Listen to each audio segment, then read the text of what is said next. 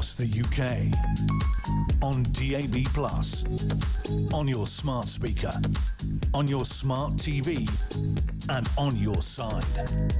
This is Talk.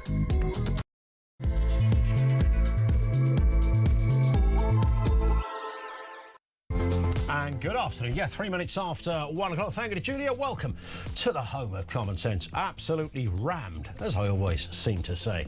At this end, King Charles will arrive in the US today for that state visit, with President Donald Trump confirming it would proceed despite that attempted assassination over the weekend. Trump has praised the King's bravery and confirmed the 4-day visit and the rescheduling of the White House Correspondents' Dinner to defy, quote, crazy people, says the American president. Meanwhile, over in Cardiff, weapons were recovered in nearly two-thirds of schools. They were searching various schools in the Welsh capital.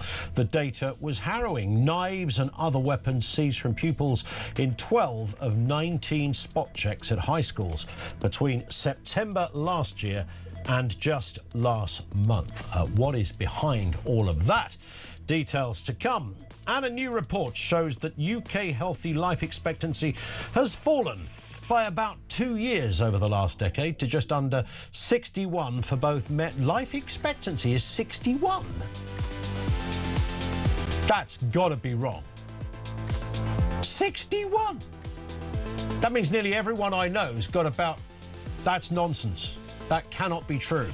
So it's gone down by about 20 years. In Blackpool, apparently 51. The UK has the second steepest decline among the 21 richest nations, and was one of only 5 to see a fall. The rest went up. It can't be. 61 is not the life expectancy in the UK. It simply cannot be. Dave Artekot would have died 18 months ago. I mean, this cannot be right. It was previously, I think, 75 for men and 78 for women or something. That's been the case forever. So there must be a bit more to that. Nonetheless, we know we're not eating healthily. Anyway, shall we move on and ask this question? How did politics, very simple, get so toxic? 0344 499 1000. The story of Donald Trump, however, is not just about politics. The man has been captured. They're going to his apartment. I guess he lives in California. And he's a sick person, a very sick person. Yeah, it's about a country now that has turned the volume knob not up to 13, but beyond breaking point. Assassination attempts don't emerge out of nowhere. They're not entirely new. They're the logical extreme of a culture that has traded persuasion for provocation and disagreement for dehumanization. And that's where we're at in the world of politics. When every election is framed as a battle, some people inevitably start acting like soldiers rather than citizens.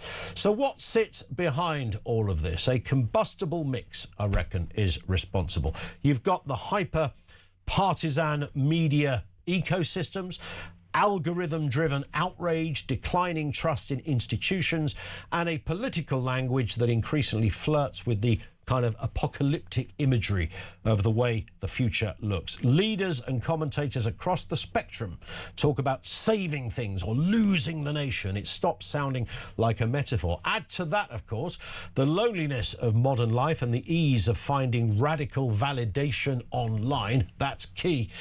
And you've got a recipe where grievance ferments into action. That's what's been happening in the States. And Donald Trump, of course, love him or hate him, is a lightning rod and an amplifier, and exists at the centre of this very storm. His prominence ensures that threats against him are not just personal, but they're hugely symbolic. Each threat reflects a wider sickness, a belief that eliminating an opponent might somehow fix the system, a belief that eliminating any other argument will do the same thing. It won't, of course, it never does.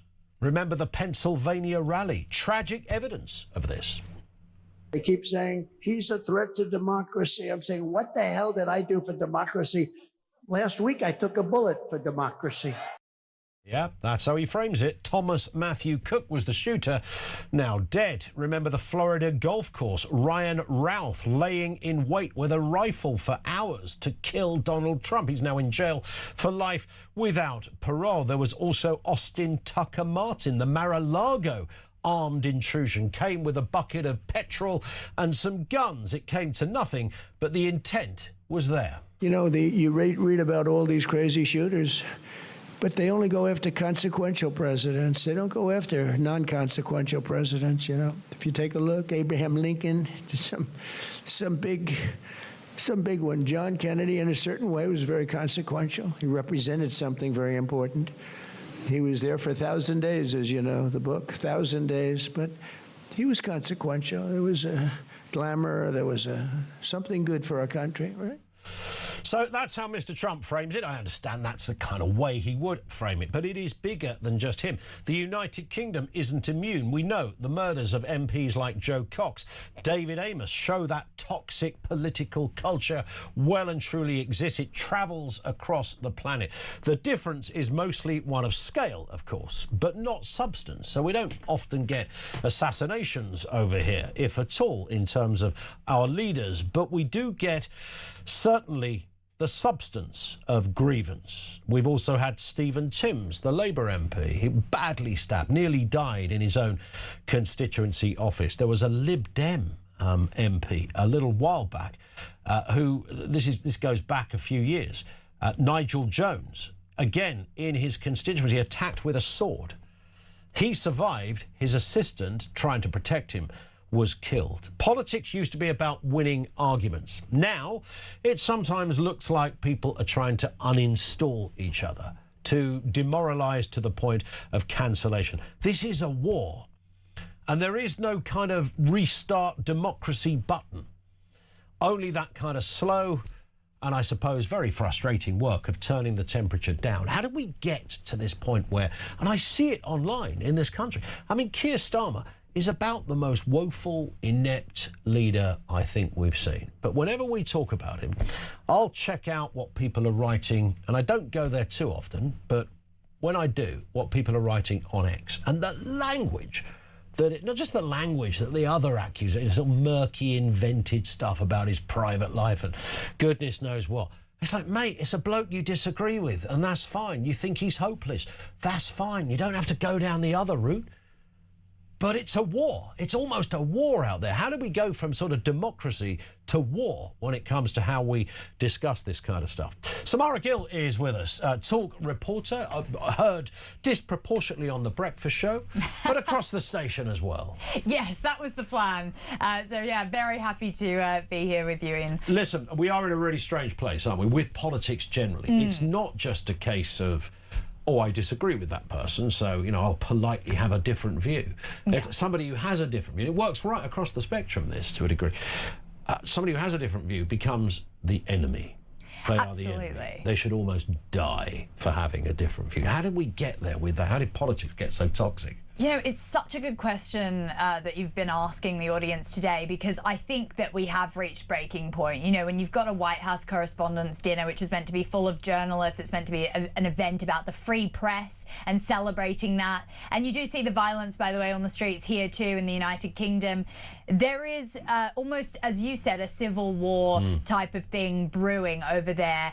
And, of course, we're only a few years behind here. So I think there's big polarization. I also think sort of Iran, China and Russia, to kind of go out a little bit, are rubbing their hands together because, as you mentioned with X, they absolutely love to stir up division through fake bot accounts, through making sure that people are pitted up against each other. So I think it's yes, a local issue where you're like, I don't agree with my neighbour and I don't talk to them anymore or look them in the eyes when I'm taking the bins out, but it's also an issue online as well, where people and countries are actively wanting to divide us here in the West. It's kind of weird, isn't it? I was saw something at the weekend. Somebody was wearing a T-shirt with adult human female on it, or something completely non-controversial like that.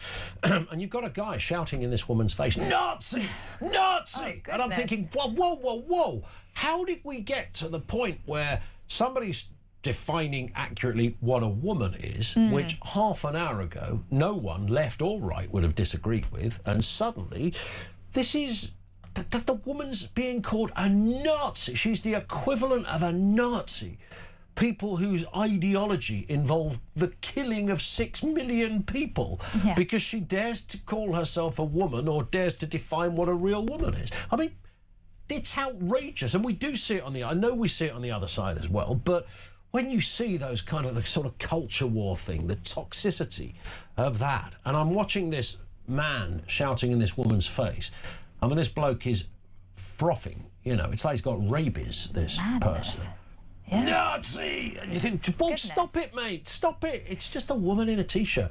You have a difference of opinion. Yeah, well, exactly. I think that they think that, look, there's a lot of, Brendan O'Neill writes about this really well, that he believes that the left has turned into some sort of death cult. Now, I know that that's a very strong way of saying things, but when you talk about even that experience, we know that on the bullet that killed Charlie Kirk, there was fascist written on it, and I think you can see how people take these ideas and get in their head and think, oh gosh, if this person gains power, he's going to destroy my life. Well, a lot of people thought that about Trump coming into power, and look, Trump's been making some interesting decisions lately, I can tell you that much, but it's not the end of the world. And I think that because we're stuck in our own filter bubbles, we become very, very extremist very quickly on both sides, as you say. It works both ways. It's a great point. I mean, Charlie Kirk is almost the epitome of an example, really, because a very decent man, very intelligent guy, a practicing Christian, but apparently simultaneously a fascist, according to... And so what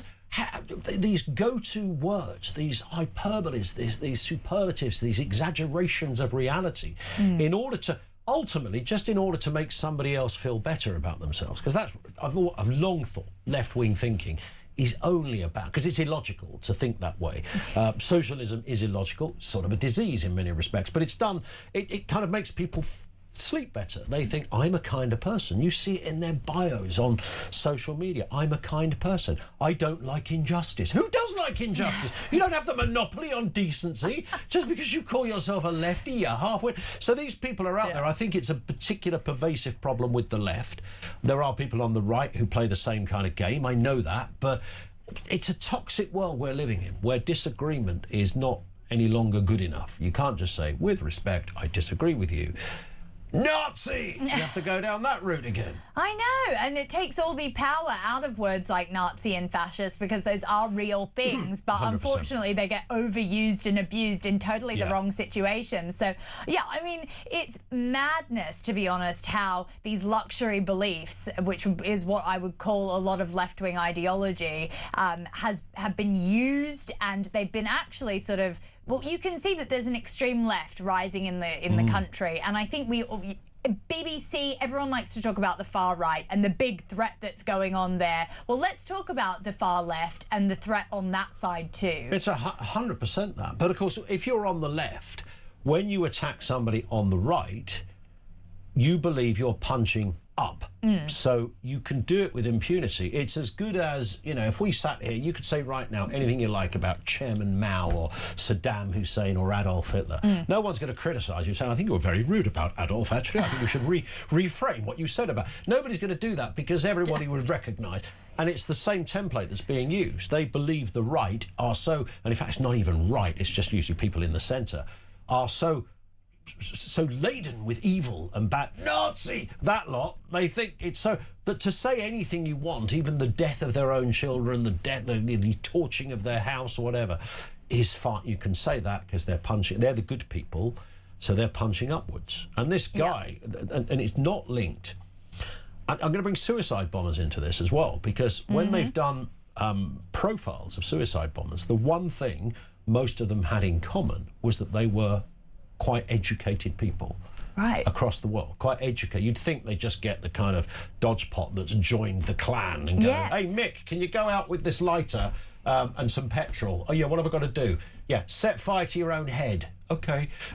It's not that. These are people that philosophically are believing. And this guy in America at the weekend seems to fit that kind of mould. An intelligent guy from a middle-class family, living in a nice leafy area, I think, with his family. I bet that house is being turned over right now. Goodness me. Let's hope. And, yeah, and a teacher, and people liked him. Teacher of the month, I believe. Yeah. Teacher of the month he was. And you think, wow. I mean, my maths teacher, Mr. Longdon, was a bit weird at school. You know, he was very, very strict, but I don't imagine he'd ever go and carry out an assassination attempt on anyone other than my homework, which he would regularly assassinate. It was a very disturbing time in that last year. We're bringing up some past trauma for you, Ian. Absolutely right. Are you watching, Mr. Longdon? I think you're right. Well, these people, they don't fit the profile, do they? You're Correct. right. They're people that are living among us, so to speak, in some sort of way. I mean, you even see that with the Luigi Mangione case, which maybe some people have forgotten about, but it's that crazy guy who went to sort of an Ivy League university who ended up shooting the healthcare boss in the back outside the Hilton Hotel. And he was from a very educated background, really wealthy family, quite well read. He had a very good I went through his Goodreads section. He'd been reading up everything. You know, as you say, you think these are these craven individuals that live in a sort of hut in the middle of the forest. But I think we can see within culture, Luigi Mangione. Yeah, he'd be at the top of my list. For a star.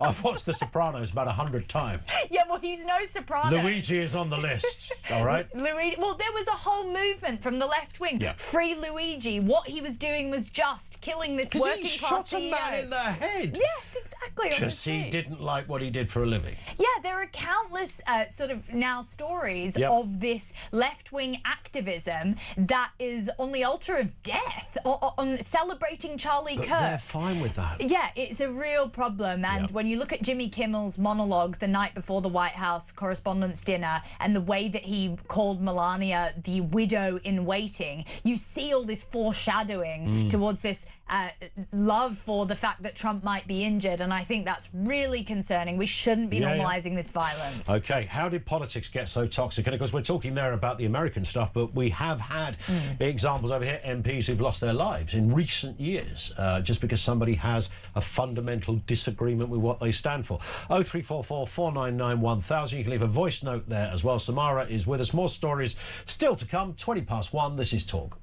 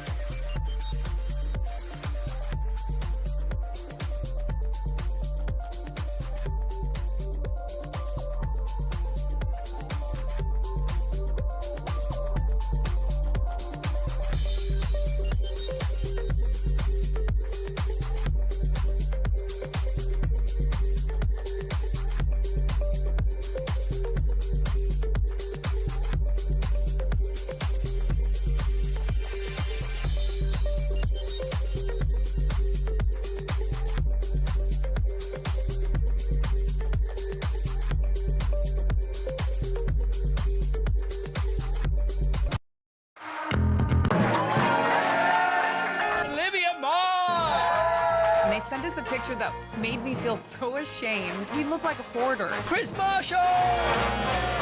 Yeah, I'm actually recovering from an accident right now. You've landed loose today, haven't you? Yeah, don't shake the arm, Chris, too much. Emma with Danny Boyle, who's like the maddest director ever. He's got so much energy. He's like you.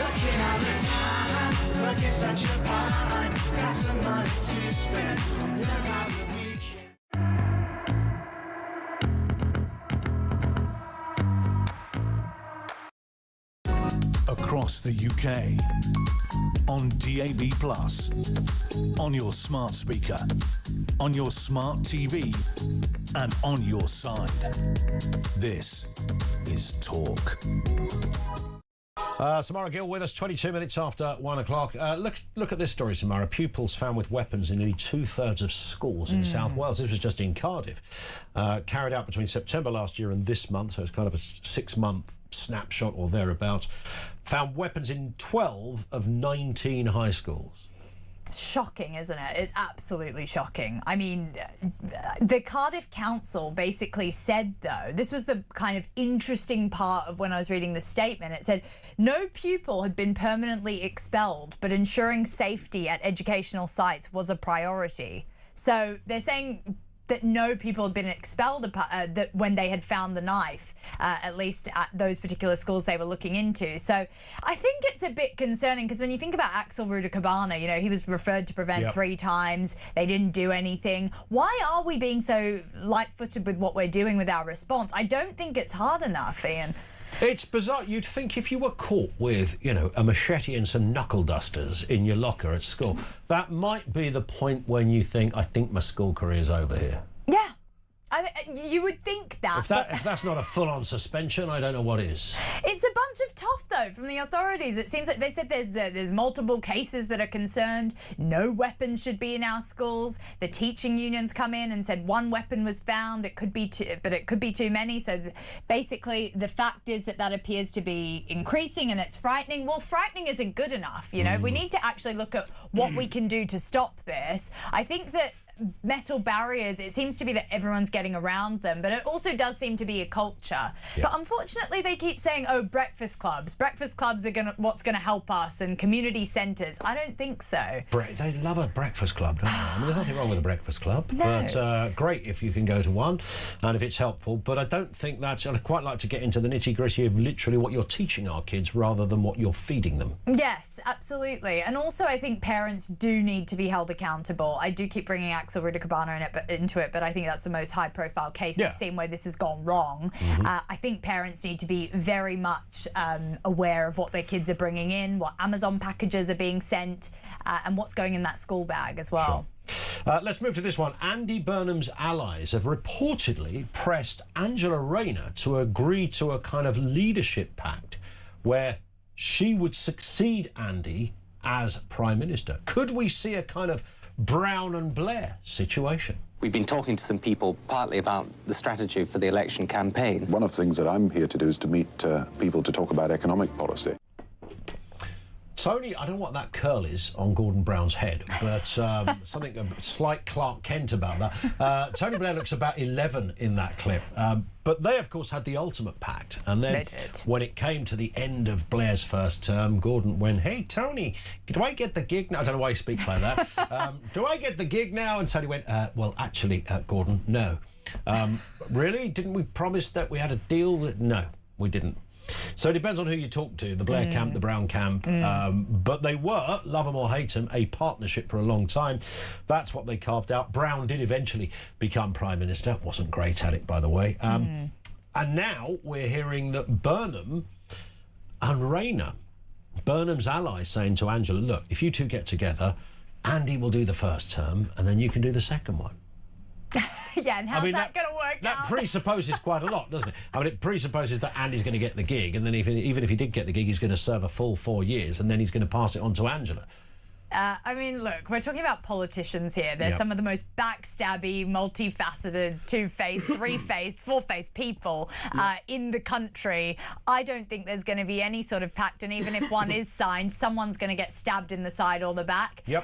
And it's sort of just saying, hey, would you like to be Prime Minister? And then we can hand it over to you. It never works like that, and especially not in Labour. I almost found myself fantasising about a Blair-Gordon government back in power, which shows you just how bad this current Labour government really is. I think that we really do need to be fantasised about Gordon Brown. We've all seen the edits. I'm joking. It's when you see the receipts you have to worry. It was that curl on his forehead. It was just making me think of things. No, I think Burnham, first of all, they both got massive issues. They're not either of them are not ready to take that poison chalice on yet. And I think that Angela Rayner is a much better pick, weirdly, for Labour. She looks like she could actually come up against the Greens much stronger. Burnham isn't even an MP yet. That's true, he's not. And he's got, so there's various problems with both of them. She's got tax affairs to sort out first, although there was a story today that could be done quite quickly. But he's not even an MP, so they'd have to deal with that, which all the while Keir Starmer is Prime Minister. I don't know if they can reasonably deal with that. I hate the idea that people just for their own career vanity say, I'll do it first, right? And you do it second. I'll do a bit, then my mate Mark will do a bit. I mean, really? No, sorry, this is democracy. It's not about favours for friends. You're running the country. How dare you just pass it over as if it's your entitlement to have it? Well, you're so right. And that's what they see this job as, and that's what they see Westminster as, another sort of box tick on their resume, as sort of, OK, I've done this, let's put it in the old GCSE application letter. That's what it seems like for them. I mean, I actually saw Rachel Reeves walking into the Treasury office this morning, and when you see the sort of lackluster, there's just something about her sort of how she walks and how she, maybe I'm being overly critical, but it just seems like, oh, another day in the office. And it's like, no, I think you're quite frankly destroying the economy right now, and I think you ought to think about it. But look, Andy Burnham, Angela Rayner, is that the best that Labour have to offer us right now? That's pretty damning in itself, really. But it might appease, you know, we spoke to Rafe last week on Breakfast, and he was saying, and this surprised me, that the reason why the right, it was that story of reform can't win without the Conservatives' help. And he was saying there's more left-wing voters than there are right-wing. And I was really surprised at that. But let's move to this story. Protests. You've been on it. Did you ever go on a protest when you were at school, when you were at Erinsborough High or whatever it was?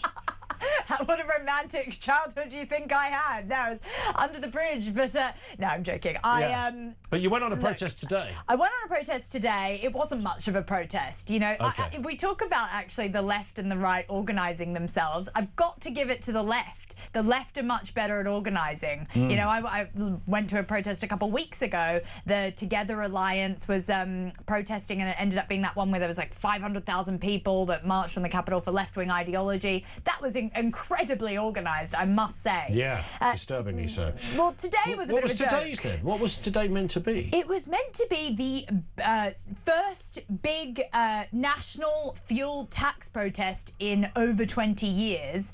Organised by? Organised by Reform UK, of all people. I think Robert Jenrick was very excited for this to happen. Layla Cunningham was going to be there. And there we were at 9 a.m. Not a single soul was there. There were about 50 people with cameras, reporters. People were really rallying up for a big deal with tractors coming in, and it seemed like maybe some people had gotten stuck on the highway or couldn't quite pay to get in because it was a didn't very have enough low fuel turnout. to get there. I don't know. Exactly. That Which would could be an argument. That would be the so argument. There was. I mean, when you say few people, often with a protest, somebody will say, you know, we were expecting 10,000 and only 1,000 showed up. Yeah. But this wasn't that. You're saying, what? Literally, hardly anyone showed up.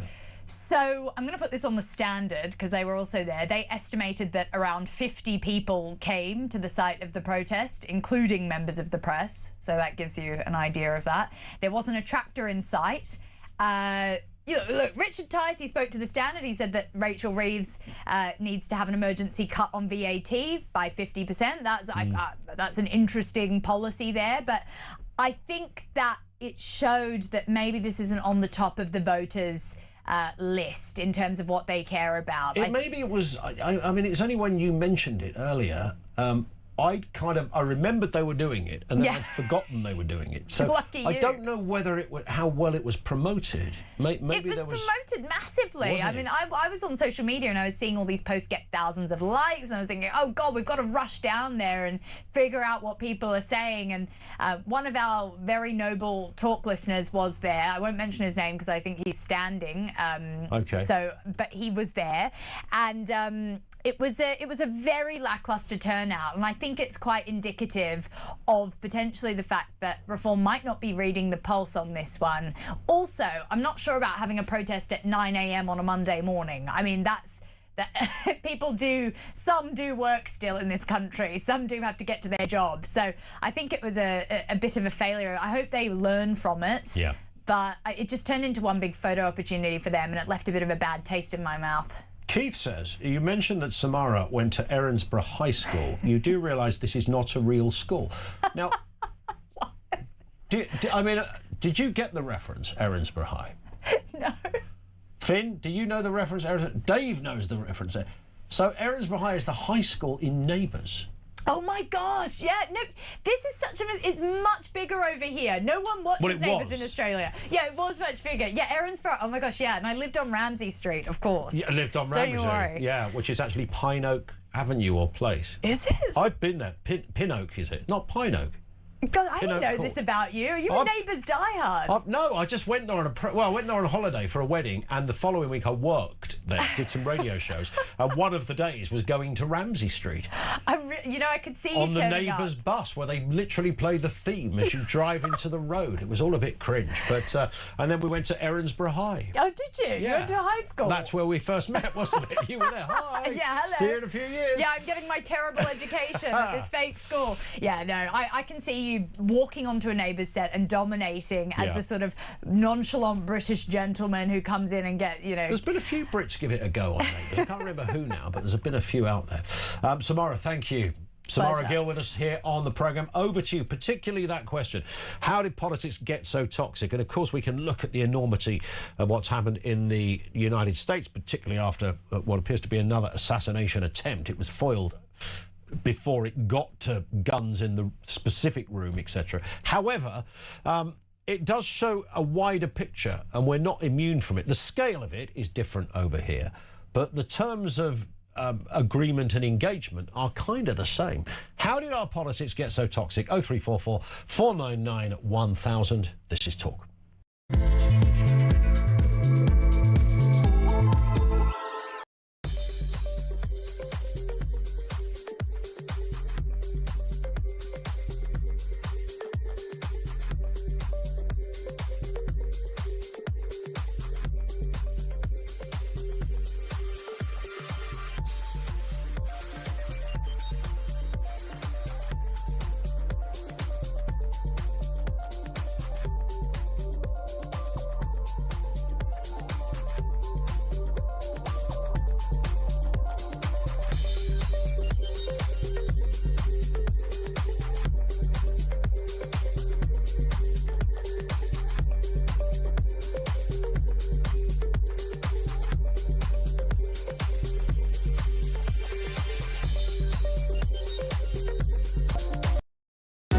Across the UK, on DAB+, on your smart speaker, on your smart TV, and on your side. This is Talk. It is Talk. This from Glenn, who says, Ian and Samara, the reason the left are so much better organised is because they have so much more time on their hands. That's probably true. This from Ray in Liverpool. Afternoon, Ian. I'm not having Angela Rayner as Prime Minister. Just imagine her at the dispatch box wearing a pair of Doc Martens. It is... I actually think, though, Ray, and others, when I see Angela Rayner at the dispatch, when she used to take on Boris Johnson, I think that was a great... Bearing in mind, the Houses of Parliament, up until relatively recently, was just crammed on the left with union people and on the right with sort of rich landowning gentry. And it was divided up. So to have a working-class person literally holding the Prime Minister to account, an old Etonian versus Angela Rayner, I thought good on her. She had a, bit of a tricky start to life, pregnant at 16, struggle as a single mother, all of that. I quite liked that journey, just from if you like, a social mobility point of view, if nothing else. I don't happen to believe she's very good as a politician, as an operator, but she's effective for the left. I can see that argument. This in from Ian, who says, we've got a Labour leadership deal. Now all we need is a couple of Britpop bands, and it's like the 90s again. Yeah, you've got to have a sort of a new Blur/Oasis thing going on as well. This ties into a much wider story that we're exploring here, though, about toxicity in politics. Across the planet, in some respects, following yet another assassination attempt, Donald Trump commended the King in his bravery for still agreeing to visit the US. So there was some good news in all of that. The wider question, however, of course, is about how anybody could be... I mean, look, you might love Donald Trump, you might hate Donald Trump. If you hate Donald Trump or loathe Donald Trump, I doubt whether many people have a compelling urge to arrange to kill him. And to go to such extent that the only upshot for you, by the way, as the assassin, is that you're either going to be shot dead or you're going to spend the entirety of your life in jail. What is going on in that respect? I mean, I've heard of confirmation bias. This is booster rockets and then a complete different stratosphere. Let's speak with Ralph Schulhammer, political theorist, on this and associated issues. Ralph, good afternoon to you, sir. Hey, Ian, great to be back on. It has been a while. It's been a while. We live in sort of, divided territorial times. Can you pinpoint, or how best can you pinpoint where we went from simple disagreement to all-out war?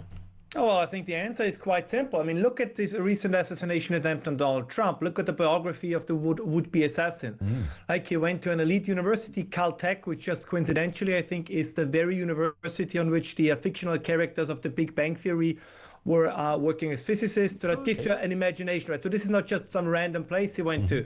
So this is somebody who had an elite, if you will, education, just as it happens in the UK and in continental Europe. The only true toxic place, or the most toxic places these days, are universities. But of course, universities have a direct conveyor belt into the political class. So in a sense, I'm slightly exaggerating, but the most polarized, the most toxic people, if you want, are the ones that are recruited for leadership, which is why the most crazy toxic ideas emanate either from the universities and are then picked up by politics. If you would have a rule saying that only people, or let's say the British Parliament, 40% of the British Parliament need to be people that learn the trades, that know how to shingle a roof, or that know how to cut a pipe. Yep. You'd be surprised how much common sense politics and policy you'll get all of a sudden. Sure.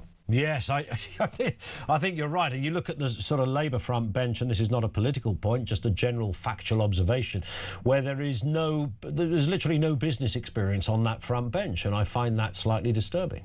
No, it's not just business experience. I would say it's kind of, common sense life experience. Yes, yeah. If you, by the way, I lived a similar life. I mean, I come from somewhat of a working class background, but I lived a very, secure, pampered life. But at least I'm aware of it. I understand that there are many people out there who had a different experience. But the problem is we live now in a world where the upper part, if you want, or the quote unquote elites, they don't even try to understand that there might be people with a different life experience. And this was different in the UK in the past. Yeah. Like, if you look at previous prime ministers, and if you look at their resumes, they came from backgrounds that at least meant they understand the common people and the working class. Every poll you take in the UK, from economic policy to energy policy to migration policy, these are 75-25 issues. The British public, or the native British population, is not divided on the existential issues. And that's interesting, isn't it? It's when you do the kind of blind test. I love watching those YouTube videos, and you would have seen these sometimes, Ralph, where somebody walks around the streets of New York, for example. They have a clipboard and they mention a load of policies, and they say these are Joe Biden's policies, and they talk to a lot of specifically Democrats, and the Democrats go, yeah, fantastic policy. And at the end of the interview, the guy says, actually, they're Donald Trump's policies, and everything changes. So I find that quite fascinating. But there is, that's the funny thing. In the Venn diagram, there's general agreement on these fundamentals. Yeah, but let me tell you a quick funny story, because it dovetails with what you just said.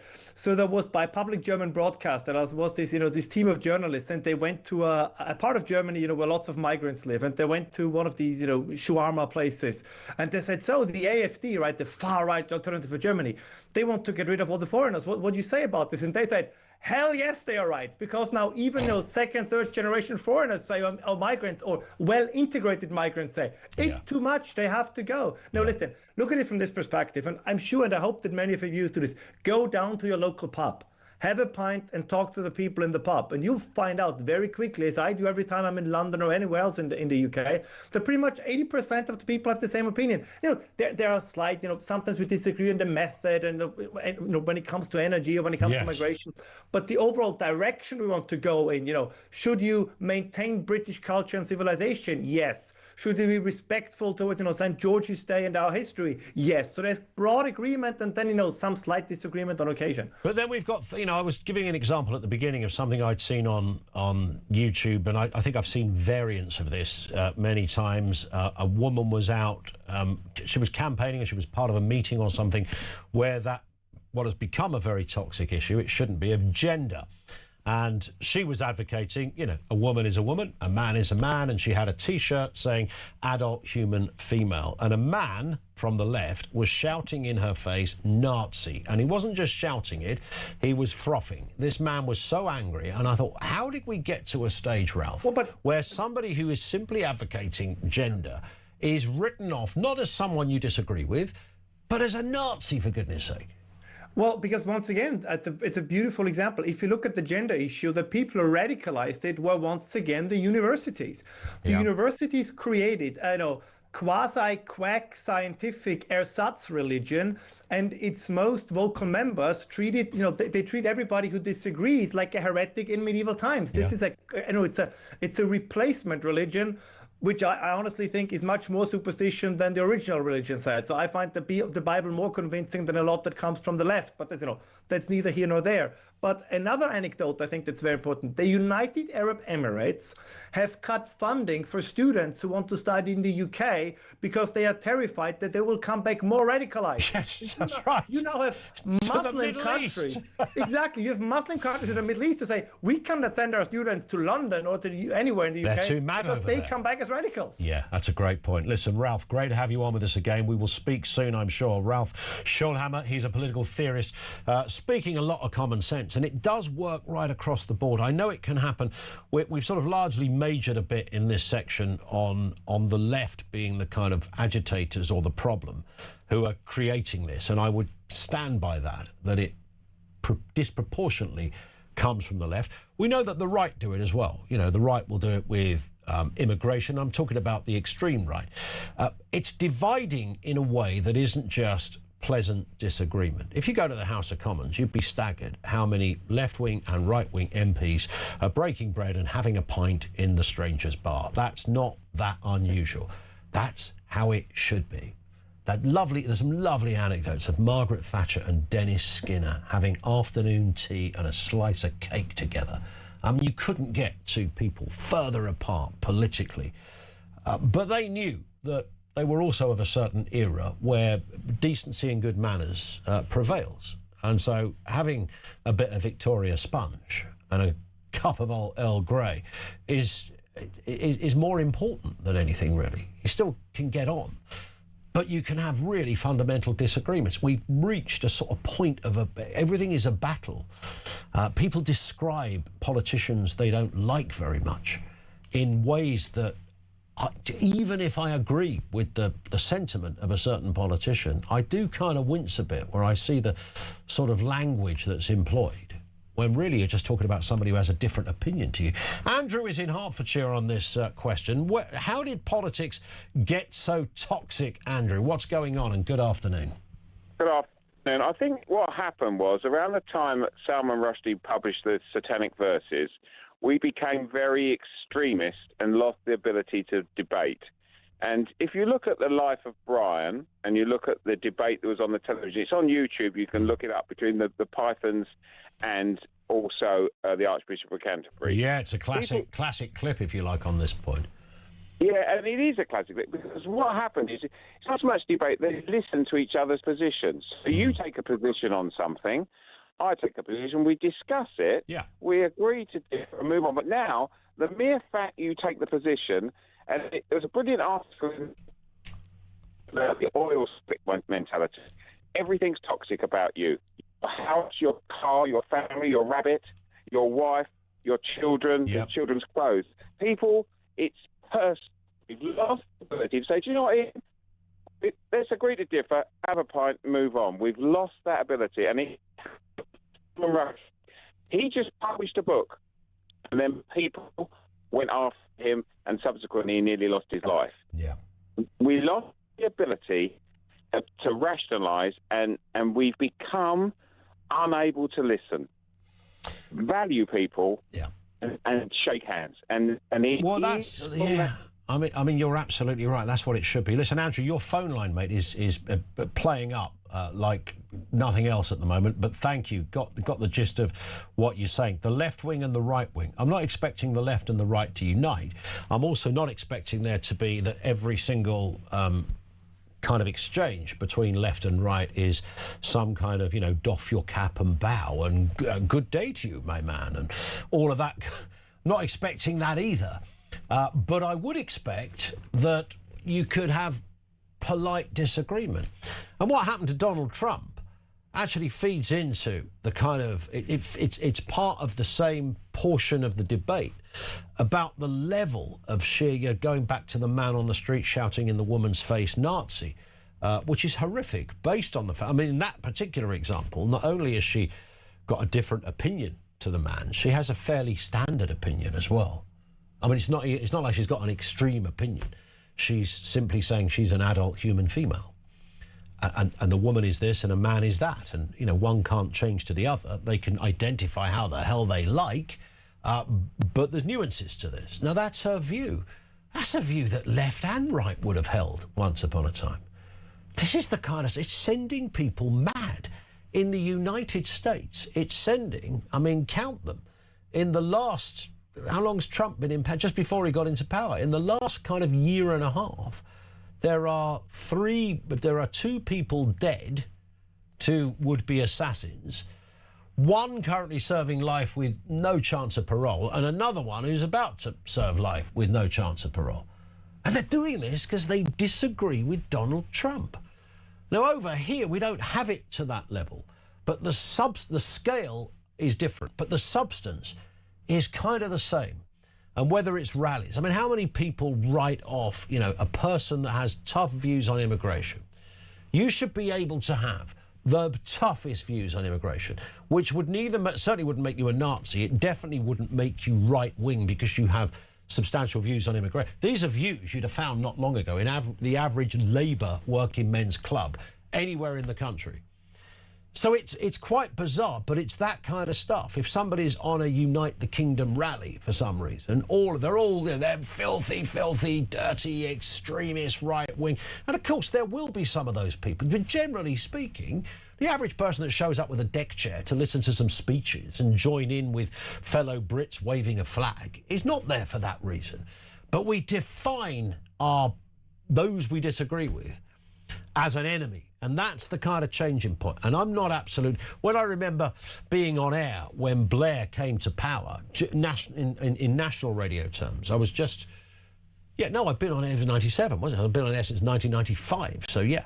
At that time, I just don't remember the stakes being kind of this high, or the terms of agreement or disagreement were this toxic.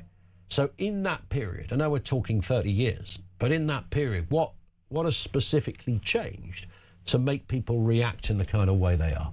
0344 499 1000. How did politics get so toxic? Plus, all the other areas we've discussed as well. The King's visit, should that go ahead? Well, it is, because they're arriving there later today. 0344 499 1000. You can leave a voice note there as well. It's 10 to 2. This is Talk.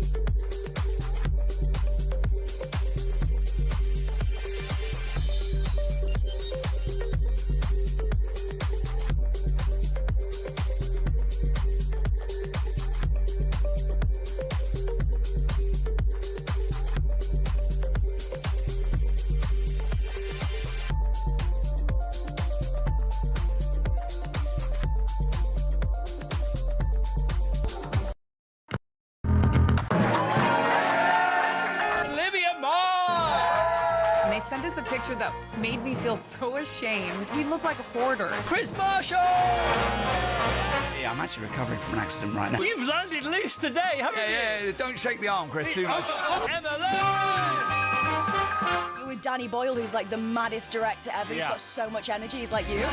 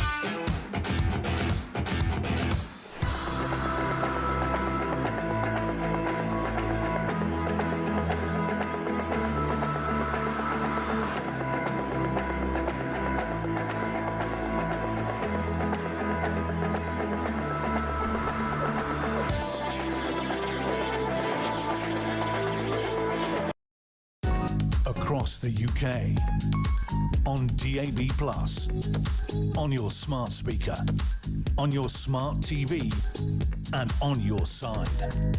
This is Talk. It is Talk. Just gone 10 to 2. Dave in London says, great show. Toxic politics. There is a major issue with many on the left. They confuse their higher education with intelligence. A major mistake. Well, there is literally that. And of course, the left dine out and function mostly on the basis that they are nicer people. And not just kind of say it, but genuinely in their bones think it. I'm a left-winger, so that makes me a nicer person. If you meet an ardent left-winger, just ask them if, on a sad day when their nan or granddad sadly passes, whether they will donate the inheritance from their nan's will to a charity. All of it. Yeah, you know what the answer will be. Martin is in Newcastle. Martin, what have you got for us? Afternoon. Are they in? How are you, mate? Lovely day today. Yeah, it is indeed. What are your thoughts? So yeah, it's just about when politics became so toxic. So yeah. I'm kind of at a point in my life now where I'm absolutely sick of it altogether. I think what's happened is social media is very simple. It funnels you down a route. So it's looking for the easiest answer. So it's binary. Are you left? Are you right? If you happen to stare at more things regarding immigration or, capitalism, etc., you're going to be forced a load of right-wing stuff. And if you're looking at sort of, environmental issues and etc., you're going to be forced down a load of left-wing stuff. And the problem is, I grew up in the 90s, the 80s and the 90s. Yep. And the only time anyone I really knew that would get involved in politics would be on election day. Every now and again there'd be a scandal on the front page of the Sun, but after that you would just get on with it. You would just go back to work, you'd go down the pub, you'd have a chat or whatever with your friends. But now it's there 24 hours. Do you reckon? But here's the thing, Martin, because I was just trying to think about, things like riots and protests have been around forever. You've had, whether it's unions who've got the hump about something, whether it was the far right and the National Front who didn't, back in the day, who didn't go a bundle on things like immigration and anyone who wasn't white. So it's not that we've never had anger and misplaced kind of beliefs, because they have been there forever. Is social media ultimately the problem here? Because it's allowed people who never previously had the microphone to suddenly find not just an audience, but an audience of people who agree with them, and that fuels it, that makes it bigger. Is it that? Yes. What else can it be? It's 100%. It's most people have, whether it's Facebook, whether it's X, whatever else, whatever else you're looking at. It is kind of been taken over by politics, and I don't want to go down a conspiracy theory route or anything like that, but obviously there was, the Russians were taking over a lot of the social media platforms and stuff, and who knows? But I've personally come off of it. I feel so much better, but I was convinced that, if I walk outside my house, I'm going to get attacked by a boat migrant. And the truth of the matter is, they don't interfere in my life in any way. I'm not saying they don't interfere in anybody's life. They don't interfere in my life. But social media made me feel that. And like you say, everybody's got a voice now. And some people shouldn't have a voice.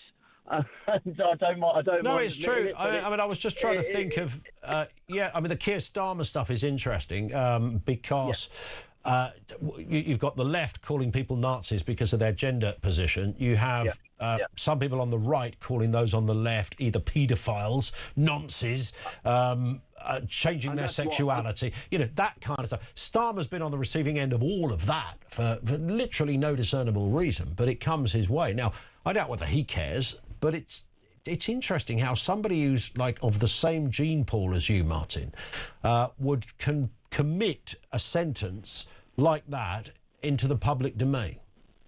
Yeah, it's gone complete. The way I see it at the minute, you're probably going to get more people like me, and maybe there are more. And certainly some of my friends are becoming sick of it as well. I used to have Tory friends and Labour friends or whatever. Now we just don't talk about it. It's just better we don't do it, because it's become toxic. And it's not even necessarily about the politics anymore.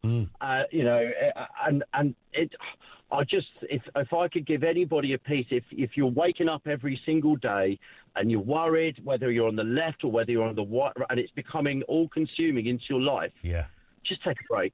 You're absolutely right. And actually, there are more important things going on. There's no doubt about that. Martin, I've got to move, but 100%. You've been brilliant. Thank you. Nice to talk. Martin in Newcastle. Bit of breaking news. An end to the long-running Birmingham bin strike is, quote, within sight after a breakthrough in that bitter dispute over jobs and pay. Who's been collecting the bins in the meantime, by the way? Because, it's like, obviously some of them have been collected, if not with the same regularity. I've not even known the answer to that. Can somebody enlighten me, please? 0344 499 1000. They haven't had the army in, have they, collecting it? I think we'd have seen that on the telly. Thoughts on that one as well? Bin strikes as a particularly grim outcome for obvious reasons, isn't it? Private contractors, it seems, might have been responsible. 0344 499 1000. We'll have some calls on that if you're in that neck of the woods. What are your thoughts? The bin strike could be over. It's within sight after a breakthrough in the dispute over jobs and pace. The central question, which will forever be fascinating, I think, to most of us who engage in the political area of life: how did politics get so toxic? 0344 499 1000. You can leave a voice note there as well, or you can message 87222. Lines open.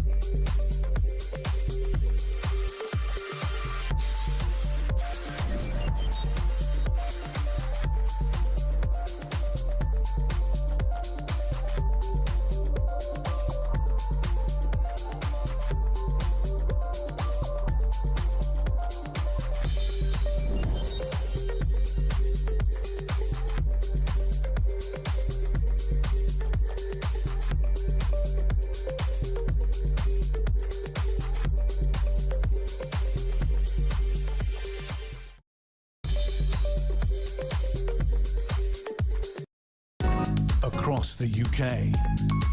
On DAB+, on your smart speaker, on your smart TV, and on your side. This is Talk.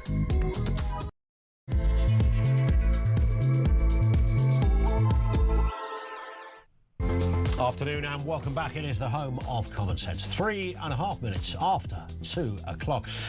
We've got a lot to talk about. King Charles arriving in the US today for that state visit. President Trump confirmed he would proceed despite that attempted assassination attempt over the weekend. Mr. Trump also praised the King's bravery and confirmed the 4-day visit and the rescheduling of that White House Correspondents' Dinner to defy what he called crazy people. He's not wrong there. Meanwhile, over in Cardiff, weapons were recovered in nearly 2/3 of school searches in the Welsh capital. New data shows knives and other weapons were seized from pupils in 12 of 19 spot checks over the course of the last 6 months. This is deeply disturbing. Very few get suspended, it seems, for carrying this kind of weaponry. And a new report shows that UK healthy life expectancy has fallen by about 2 years over the last decade to just 61 for both men and women. The UK has had the second steepest decline among the 21 richest nations, and it was only one of only 5 to see a fall. Struggling with that sentence for some reason. So it's healthy life expectancy. That's the distinction that we were struggling with in the first hour. There is a nuance there. We'll tell you more a little later. 0344 499 1000. Don't go away, Christoph, with you in just 1 second. This from Ian, who says politics. We're asking the question, how did politics get so darn toxic? The go-to answer, the easy answer, and maybe the overarching answer, is social media. And social media has done a couple of things. It hasn't just divided the room with almost machete-like surgical blade precision. I mean, hot knife through butter doesn't even cut it. I mean, this has created a chasm between the two. So whereas people just used to have a bit of disagreement, a bit of argy-bargy between mates, that's gone. I mean, we're talking about warfare.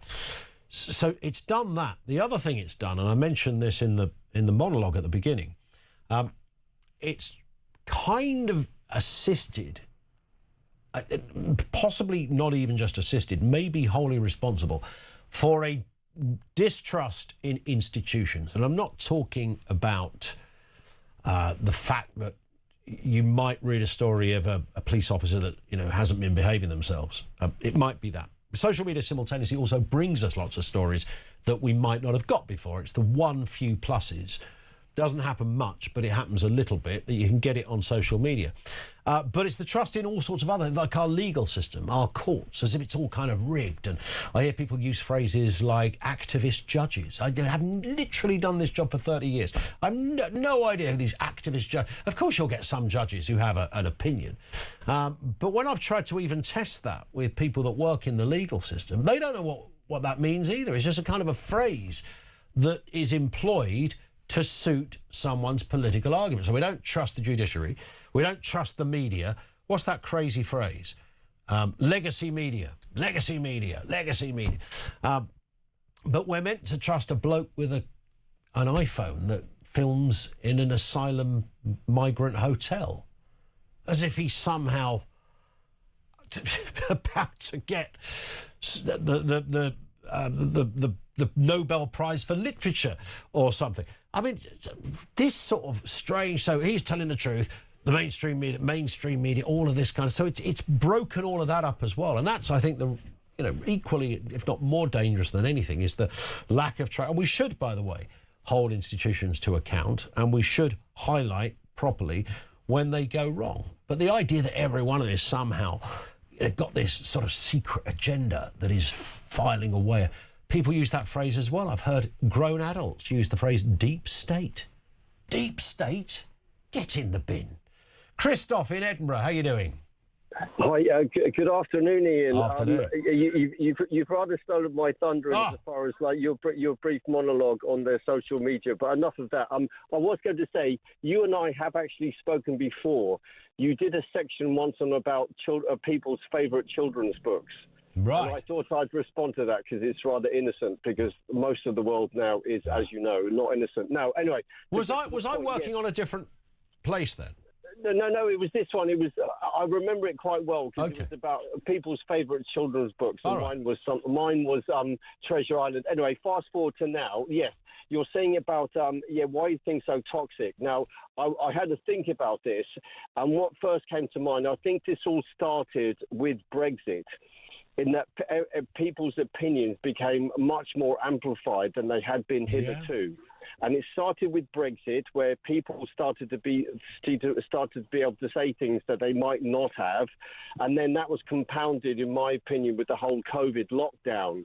And I can take it from my own personal experience, where people whom I thought I knew suddenly were dictatorial. They were saying we needed more lockdown, we needed longer lockdown. People aren't behaving in the way they should be. And I'm thinking, there are at least two people I don't speak to anymore after that time. And also, I was just going to feed in, Christoph, to that, because it also became an opportunity. You're right. It wasn't a medical discussion, was it? It was a political discussion. No, it was none at all. All of a sudden, everyone became a world expert immunologist. Oh, it was absolutely unbelievable. And I think I've said this to you before. I would be like, in my view, you're just another person in North London telling me, because I remember having an argument with this woman. She used to be my late brother's.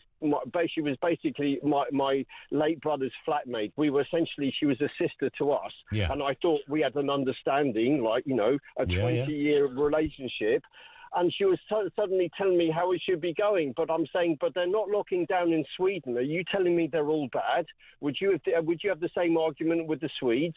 As I say, it was really depressing. And then, of course, now that has been compounded, exacerbated, whatever adjective you want to use, by, yes, the use of social media. But it became, if you remember, though, the COVID thing also became, for those on the left, a way of attacking Boris Johnson, because they were saying, right, we should have locked down sooner. It's all Boris's fault, and should have done it sooner for longer and tougher.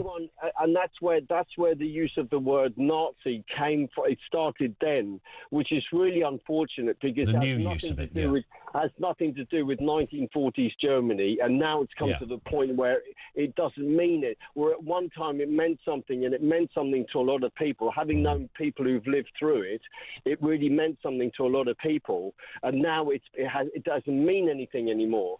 And that destroys the language. Like, you're debasing the language, so to the point where you're not able to communicate with each other anymore, because words don't have a meaning anymore. But one thing I would say about the social media, one comment, if I may, there is such a thing as called agency.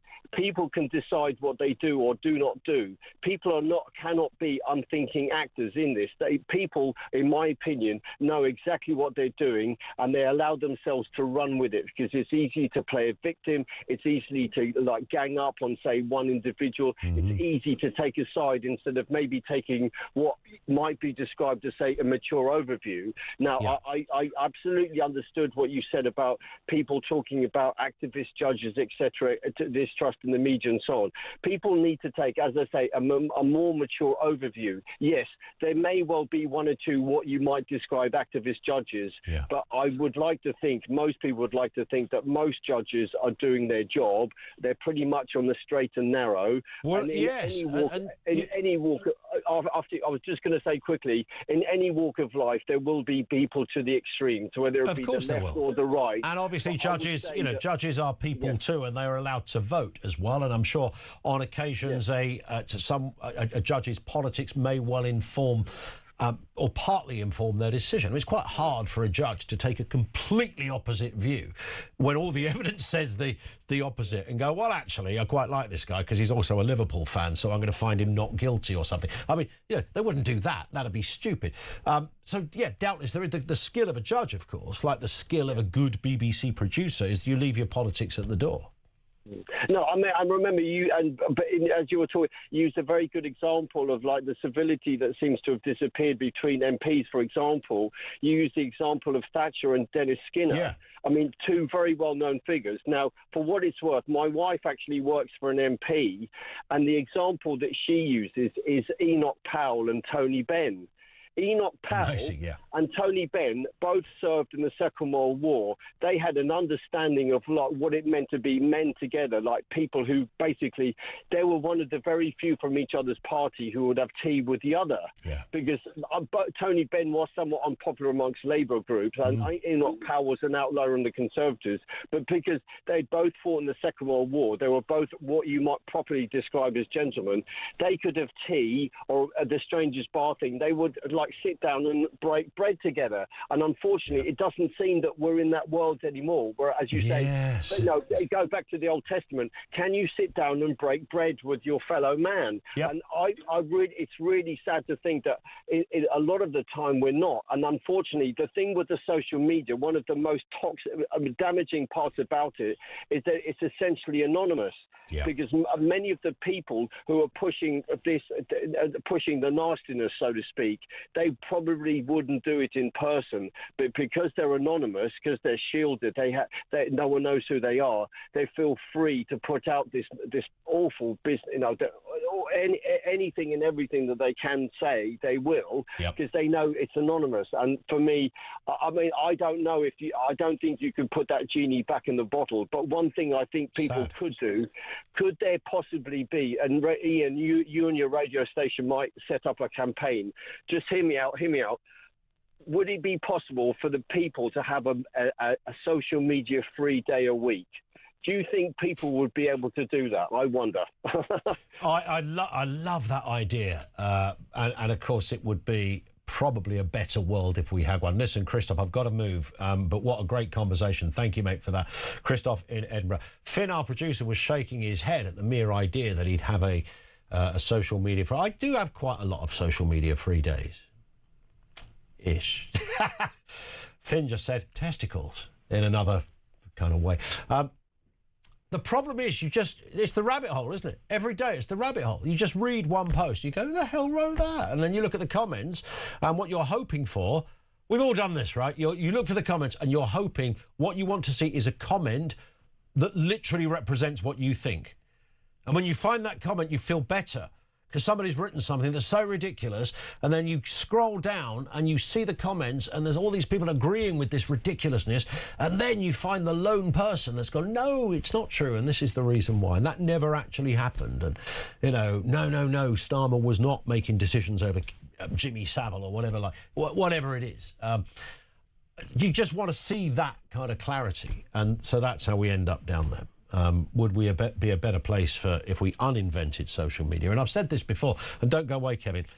Social media, when it comes to news, breaking news this is your best friend for you've got about a 5-minute window when somebody innocently says, I've just heard an explosion somewhere.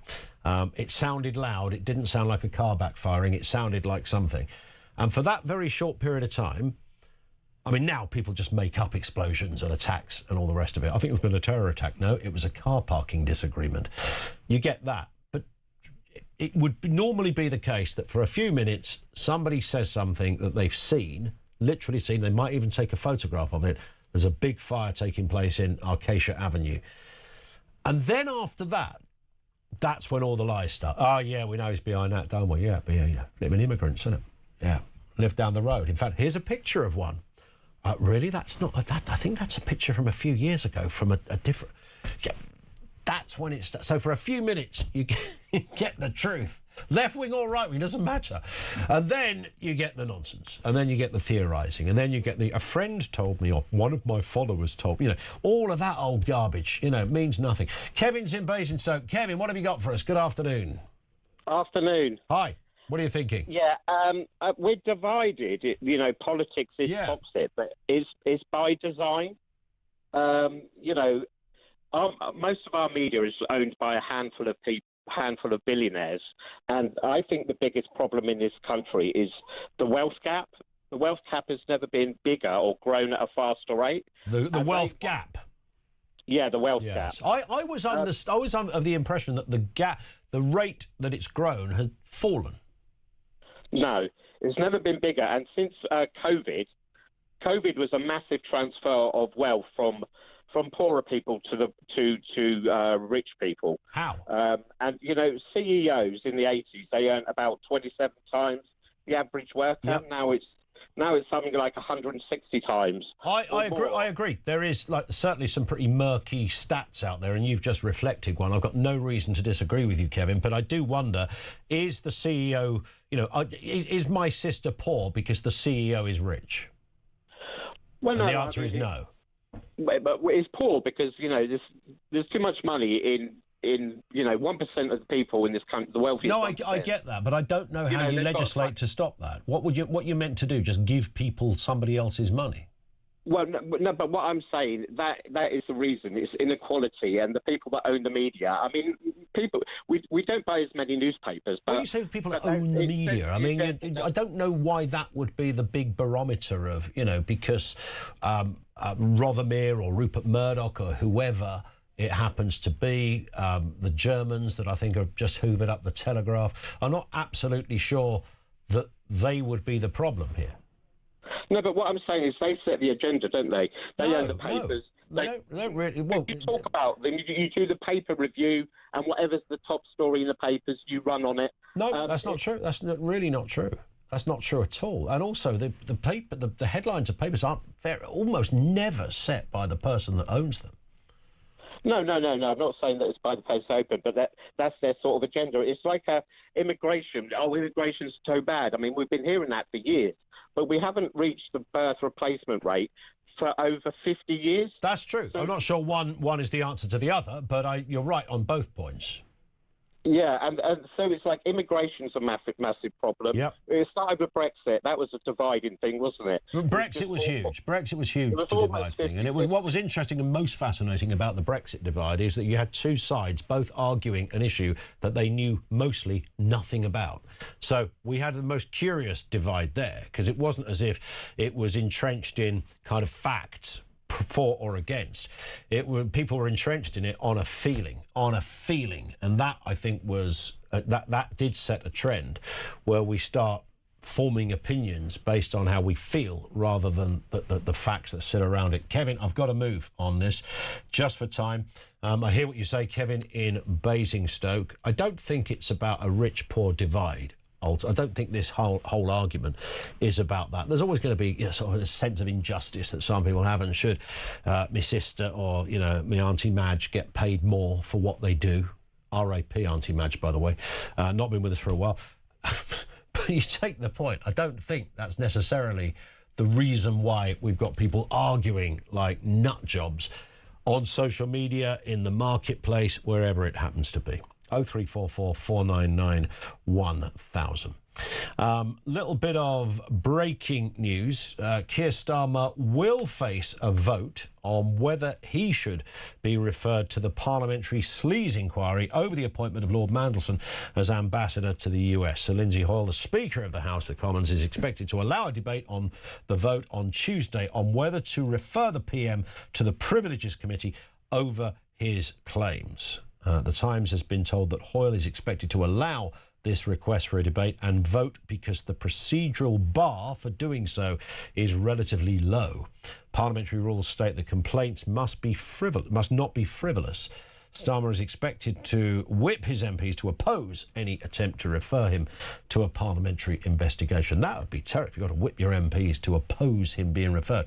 Of course, these were the same MPs that absolutely went nuts over getting Boris Johnson to attend the same committee because of some... there was a Zoom call issue. There was the birthday cake surprise party, whatever, or that whole era. And of course, it's right that Keir Starmer would and should face every avenue, every nook and cranny of this discussion, because he is the man that, regardless of Ollie Robbins or what anybody else says about pressure, ultimately decided to appoint Peter Mandelson as the American ambassador, despite Peter Mandelson being demonstrably inadequate on so many facets for that job, right? I mean, I'm talking slowly because I'm stating just basic fact that nobody could argue against. So maybe on that basis, 0344 499 1000, just gone 20 past 2. This is Talk.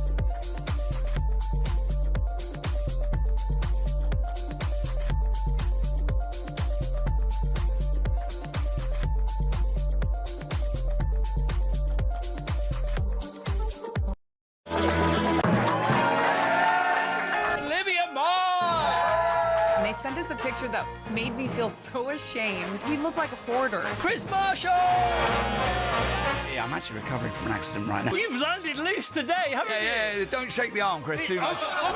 Mr. Speaker, I know many members across the House will find these facts to be incredible.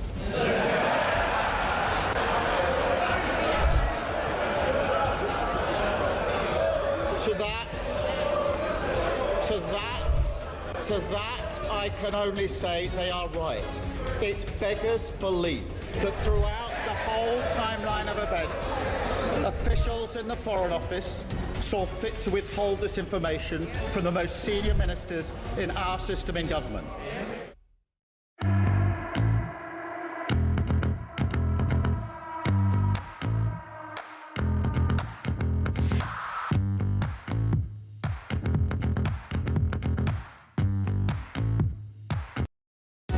Across the UK, on DAB+, on your smart speaker, on your smart TV, and on your side. This is Talk. This is Talk, 25 past 2. It's interesting, though, isn't it? Because this comes from Vincent. He says, my old man told me never to talk about religion and politics. Never ends well, especially in a pub. That's kind of true, but it's sort of all right if I was out on the weekend and I was with an Arsenal fan and a Spurs fan. Both have got their own stories to tell right now, and I'm sitting there as a Chelsea fan. This is pre I was about to say thumping win against Leeds. It was sort of...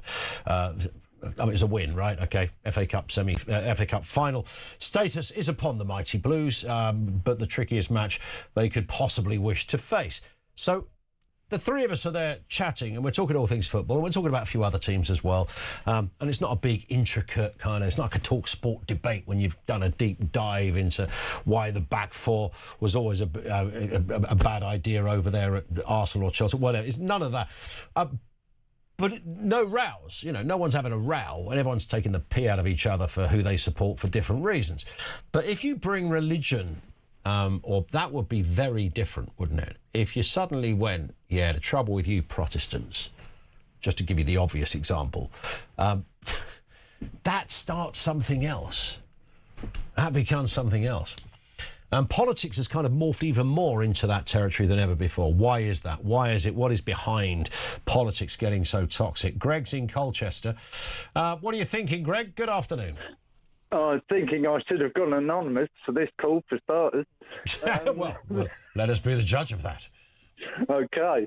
Right. Yeah, just saying how crazy Facebook and other media networks have got, and how much they're influencing people and their attitudes and everything like that. I was listening to Christoph and Mark earlier on the call-in, and it really got me to thinking about something that happened to me this weekend. Just very briefly, Facebook dating. I've been on Facebook dating. I'm very much single and have been for quite a while. Got speaking to this person who shall remain nameless. Yeah, she messaged me first. Everything was going swimmingly. She left me a voice message. I thought, wow, what a beautiful voice she's got and all of this. And then, you know, yeah, and it's like, great. This could actually go somewhere, this one. So we're messaging back and forth, and then all of a sudden the messages stop. You can imagine my dismay, the heartbreak. Oh, the heartbreak. You hadn't even started a relationship and you were heartbroken. Exactly. You were dumped before you were actually Yeah, hired. didn't even get off the starting line, mate. So I think to myself, how can it go so wrong from being oh so right? Yeah. And then it dawned on me, it was Facebook dating.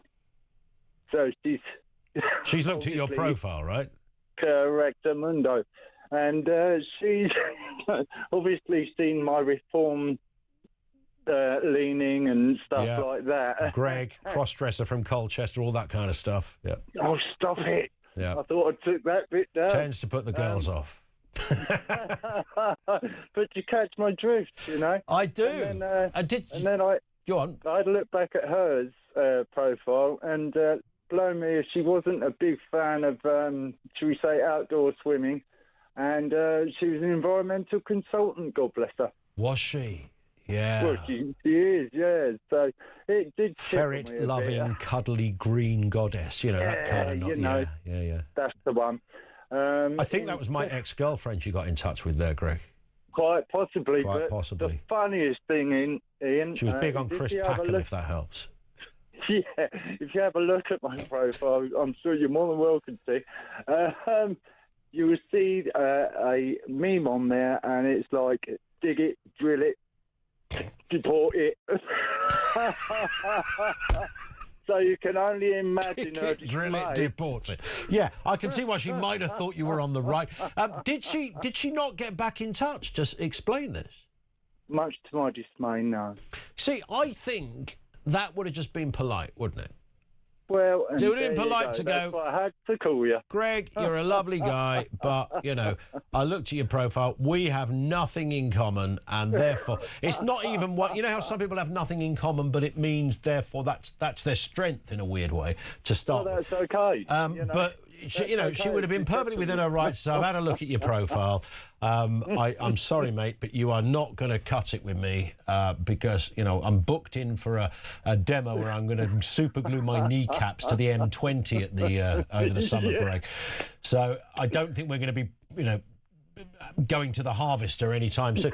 That would have been fine if she'd have said that, wouldn't it? But yeah, I mean, have a heart. You know, blokes have a heart too. Yeah, true. I mean, it is. I once went on a date with somebody who whipped out their where everybody's head looked up. Whipped out her Labour Party membership card, and she was also the ex. I don't know if it was wife, but they had a child together of like a reasonably well-known, sort of well-known person. No, if I said it now, nobody would go, oh, right. Go on. No, I won't say who. But that was a bit kind of weird. And I remember thinking, oh, right, OK. As we got talking, I realised she wasn't just like a Labour voter. She was hard left, you know. So I went to the loo and jumped out the window. Went home. She collared the bill. Silly old sausage. But there you go. Listen, Greg, good man, thank you. Nice to... a mate of mine did do that on a date once, because he met a girl in a club, and like on the Sunday they'd exchanged numbers and they were exchanging texts, and he arranged to... This is brilliant. He arranged to meet up. They were going to go to a pub near him, and she was going to call for him, like you do as a kid, on the way. He was in his 20s. And he looked out of his window and he saw her walking down the road, and it was the wrong girl. It was a mate of the girl he thought it was going to be. And I mean, for him, it could not have been wronger. So they went for a drink, and he went to the loo and climbed out the flipping window. And do you know the stupid thing about that? I said to him, I said, what pub? He told me what pub it was. I said, well, You could have just walked out the front door and she wouldn't have known. You didn't have to go for the drama of climbing out the flipping window. I mean, the front door was not like you could escape without her seeing. Is it, I'm just going to the loo and then just gone home? Yes, it does happen, and I can see how politics does create that problem. We're going to get a quick comment on this from David in Exeter. David, what are you thinking? Good afternoon. We've not got long, but I'm sure you can do it. Oh, it'll be quick, don't you worry. It's quick and deadly serious. So I want to give a big shout out on air to all the paras and our beloved military veterans that are mustering against what Starmer, Hermer and Powell are doing with their bill that's going through today for the veterans lawfare. So I want to give a big shout out to all of them and all the officers that are turning out to tell them no. Good man. To think again about what they're doing, because this is not just a case of pursuing old boys in their 70s and 80s like Dennis Hutchins, who I campaign with. This is about actual people in service that the SAS are now saying they can't do their job and they're withdrawing support from whatever Starmer, Hermer and Powell are doing. So I want a big shout out for all them that have gone down there in person to tell them no. And the other person I want to shout out for today is Dr. Fiona Hill, who's saying that we are losing the war against, we are losing the hybrid war against Russia, and we are not prepared for conflict. So if you put them two things together, Ian, what you got? What have you got? We're attacking Starmer, Hermer and Powell, National Security Advisor, attacking the veterans and not having the military in a position where it can do its job and fight. Yeah. Well, he might as well just phone Putin and say the door's open if you fancy it. Crack on. Well, I think, do you know, Ian, I think that's actually what Dr. Fiona Hill, bless her, big shout out to her today, please, is saying. That's what she's saying. Wow. Well, I mean, we are going to, over the course of the coming days, this is going to feature. So, and certainly maybe Fiona Hill would be absolutely the person to get on. I don't know whether she quite likes the radio ambience. Well, she's done a lot on Times Radio, which is a sister branch of your son Murdoch Empire. So, literally three floors down. I do know people that work with her. Let me have a word. Do you want to, if you want to get her on? We know her quite well. But getting her on the radio and it depends on the scenario. Because yes, Times is very different to us, as you know. But listen, great, David, great point, and thank you for raising it because it is really important and it shouldn't go away, and let's keep up the pressure. Thank you to David in Exeter. This one very briefly. Colin says, in relation to the loss of trust and why things are so toxic, I think the loss of losers' consent has played a big role in all of this. For example, Gore versus Bush in 2000, the 2010 general election where Gordon Brown tried to hang on despite defeat, the Scottish independent referendum, Brexit, etc. Social media has compounded this, but the political media class must share the blame. That's true. Although Gordon Brown would say, well, I could legitimately have stayed in power. It would have been ridiculous, but he gave it a go, didn't he? Great calls coming in on this one. How did politics get so toxic? Lines are open. This is Talk.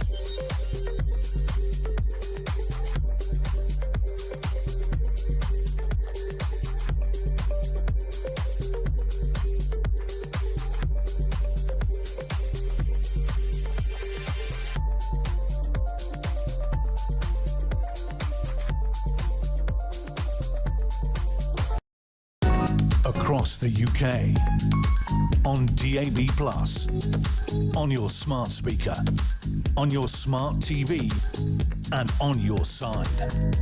This is Talk. Just gone 25 to 3 right here at the home of common sense. This is Talk. More calls on the way. Now, Andy Burnham's allies have reportedly pressed Angela Rayner and her crew to agree to a leadership pact where she would succeed him as Prime Minister. is this going to be kind of another Gordon Brown and Tony Blair situation? Let's get a word with Tom Belger, former editor at Labour List. Tom, good afternoon to you. Hi, Ian. Great to be with you. Nice to have you with us. I mean, this kind of setup, if this is true, I don't know whether, when I look back at the Blair and Brown thing, I still can't work this out, Tom, whether it was a moment of absolute brilliance, what they did, or the greatest divisive disaster for the Labour Party in recent years. What's your take on this? Well, I think it worked out pretty well for Tony Blair. Yeah, pretty very well for the Labour Party, winning the longest term they've ever had in government. Yep. But it didn't work out too well for Gordon Brown. Yeah. So my suspicion is, clearly there he ended up waiting a lot longer to be in power than he wanted to, and was pretty grumpy about it for a long time. My suspicion is here that it might not be something that Angela Rayner, for all the allegiance there is, the goodwill, the overlap in what they stand for between these two, that it's not going to be something she takes lying down, playing second fiddle. And really interesting, given that, they've appeared together in public recently over the last couple of months, given the friendship there, that there was a statement from an ally, I think, unnamed, not necessarily official, but an ally of Angela Rayner, saying in response to this story, it's outrageous to suggest that she would be number two. So absolutely, there's potential scope there for some kind of alliance, and I think that's probably the likely option. But in terms of exactly the form that takes, it's not going to be something either of them is particularly keen to be number two in. That said, I think the thing most likely to shape who actually ends up running is things beyond both their control. It's HMRC. It's whether they wrap up the tax affairs investigation in the best possible or the least worst way for Angela Rayner quick enough. Or alternately for Andy Burnham, it's whether he can find his way into the Commons quick enough, and that may itself. I was going to, on that point. I mean, it does this notion of I'll stand first, then you take it. I mean, it presupposes quite a lot, doesn't it? Because, as you rightly say, there is getting Andy Burnham into a parliamentary seat to begin with. Now, I don't even know how they do that, because Keir Starmer can quite easily kind of pretty much block that himself. Yeah, no, it's certainly not easy, and we saw that before, that he was blocked. But I guess on the one hand, you could say it looks very unlikely. Some people think that Andy Burnham could get in, given the entrenched power Keir Starmer has, the right of Labour have, governing the right of the party, basically have a majority on the key committee that oversees Labour. On the flip side, there's internal elections coming up that mean the balance of power on that ruling body will slightly shift. And there's a sense partly that when there's a will, there's a way. And that if Burnham does come out and say he's going to stand, if Keir's in a weakened position, that some way there's union pressure as well, that there will be some way found to make it happen. So I think there's been a lot of attention on the procedure. Maybe there should probably be a bit more attention on I guess the political reality, and even suggestions. Remarkably, I was reading in the last couple of days that I don't sense Starmer particularly wants, would love anyone to take over from him. But there's no kind of real Starmerite continuity candidate. And with that in mind, someone suggesting that maybe even Burnham would be favourable from his perspective to either Angela or Wes. I'll believe that when I see it, but it's a sign that this may be a slightly smoother, less of a barrier for him than people might think. I mean, I'm not sure I'm a fan of those kind. I'll do it first, and as if we're kind of doing somebody a favour for their CV, when it's actually the Prime Minister of our country. Although the Blair Brown stuff, you're a political junkie, Tom. I mean, I think I know. If I went on Mastermind, I think that would probably be my specialist subject. I feel I know everything about that era. I've watched so many documentaries, even the most recent one on Blair, which I'm sure you saw.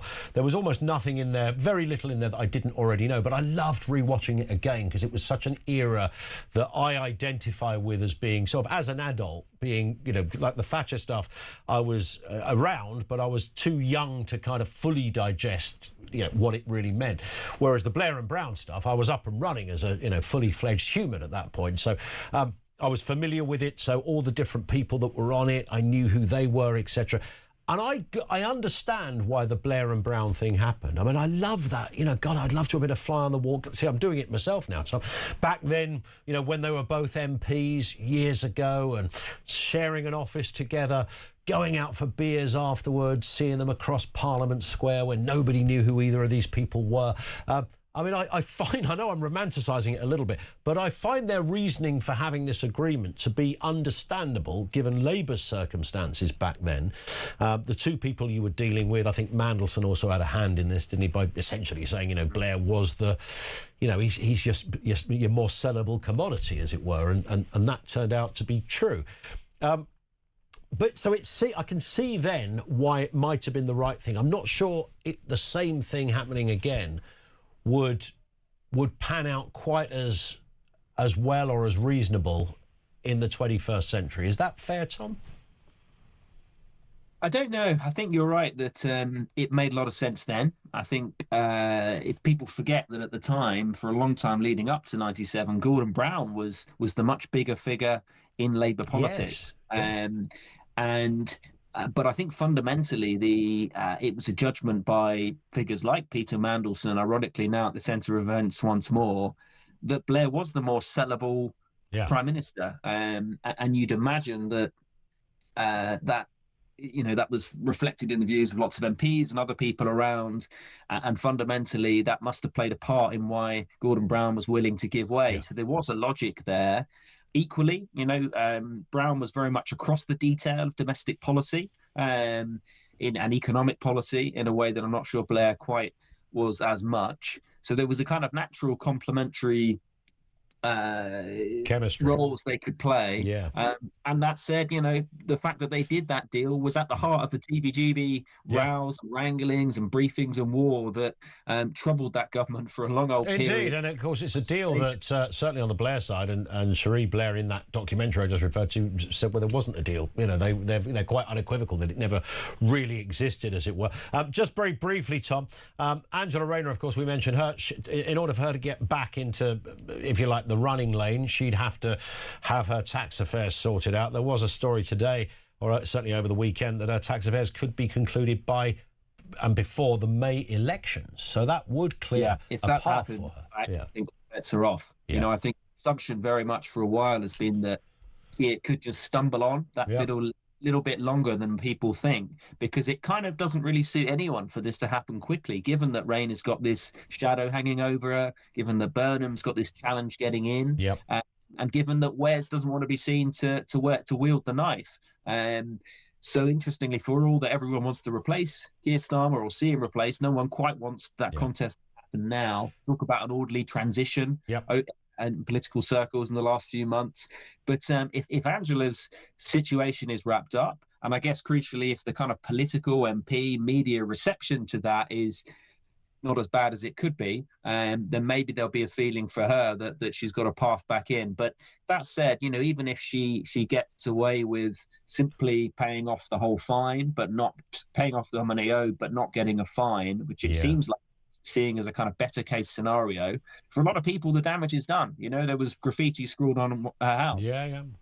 There's a lot of frustration at what's happened, and I don't think every single MP is a fan of Angela Rayner. She's obviously got huge support, hugely talented politician, and a lot to offer, but I don't think it's quite as wrapped up that that MPs would go, you know what, let's absolutely all rally behind her rather than Andy, rather than any other candidate. But it definitely would mean that she will be, you'd imagine, pushing very hard to make something happen much sooner. Indeed. If that is. Just very finally, Tom, quick word if you can. This breaking news: Keir Starmer facing a Commons vote on Tuesday, which could trigger an inquiry into claims that he misled MPs over the Mandelson scandal. What are you making of that? Oh, it's just the hole that keeps on deepening, isn't it, this story? Every time that the government seeks to move on, it just can't. And it looks, with the release of further papers in the future, more evidence this week, that it's just going to keep on being this toxic drag, really, on the Prime Minister. And, you saw with Boris Johnson, with lots of the sleaze, there was just this continual overarching narrative where every story continues to build. And my fear is it's the kind of thing that if there's any hope that this, if there was any hope previously that Keir could stumble on, I think this whole saga is gradually reducing, ever reducing the number of people who still believe that. So it's really not looking good, and definitely not the end of it. No, definitely not the end of it. Tom, great to have you on with us. Thank you. Tom Belger, former editor of Labour List, with us here on Talk. 0344 499 1000. The Voice of Doom is back. We've had a 2-week break because I was on The Breakfast Show, but it does return. I can't remember what day it is. Day 4. It's the 4th day. Mystery voice, but with a political angle. That central question as well, how did politics get so toxic? Was there a specific tipping point? Was it a sort of an organic process that led us here? People pointing, I think, Brexit, COVID and social media as being the kind of three-pronged, the three witches, if you like, of this debate. Does that resonate with you, or is there some other reason why it suddenly became so toxic? 0344 499 1000. This is Talk.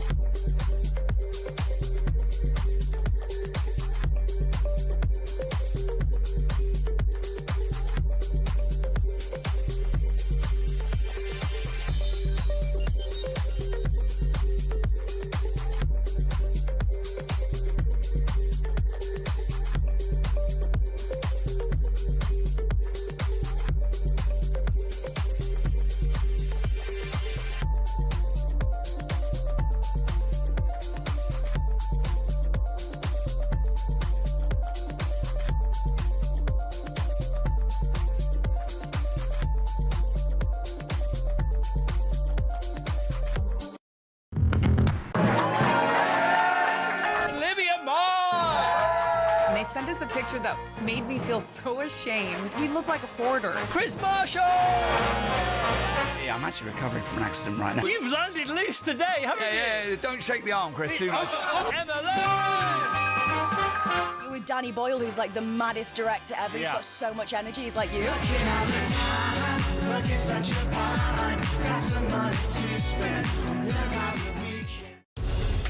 Mr. Speaker, I know many members across the House will find these facts across the UK, on DAB+, on your smart speaker, on your smart TV, and on your side. This is Talk. It is Talk. 0344 499 1000. It's 10 to 3. Just before we talk to Ken Hines on that issue of what is going on with weaponry in schools, in this case Cardiff, disturbing. We've got the Voice of Doom Day 4. It's because we've been off for a couple of weeks because we were doing the breakfast show while Jezza was off, etc.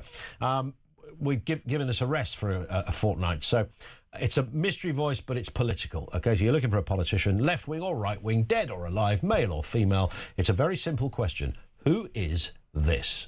To their advantage. Let's hear that again. To their advantage. Now, don't phone in. By the way, there ain't no big prize on this. It's just the kudos of saying, yeah, I got the voice. Just message 87222, 87222 if you know who this is. To their advantage. And only if we get a correct answer, then after the headlines at 3 o'clock, we will reveal all. If we don't, it rolls over to tomorrow. One more time. To their advantage. 87222 if you think you know.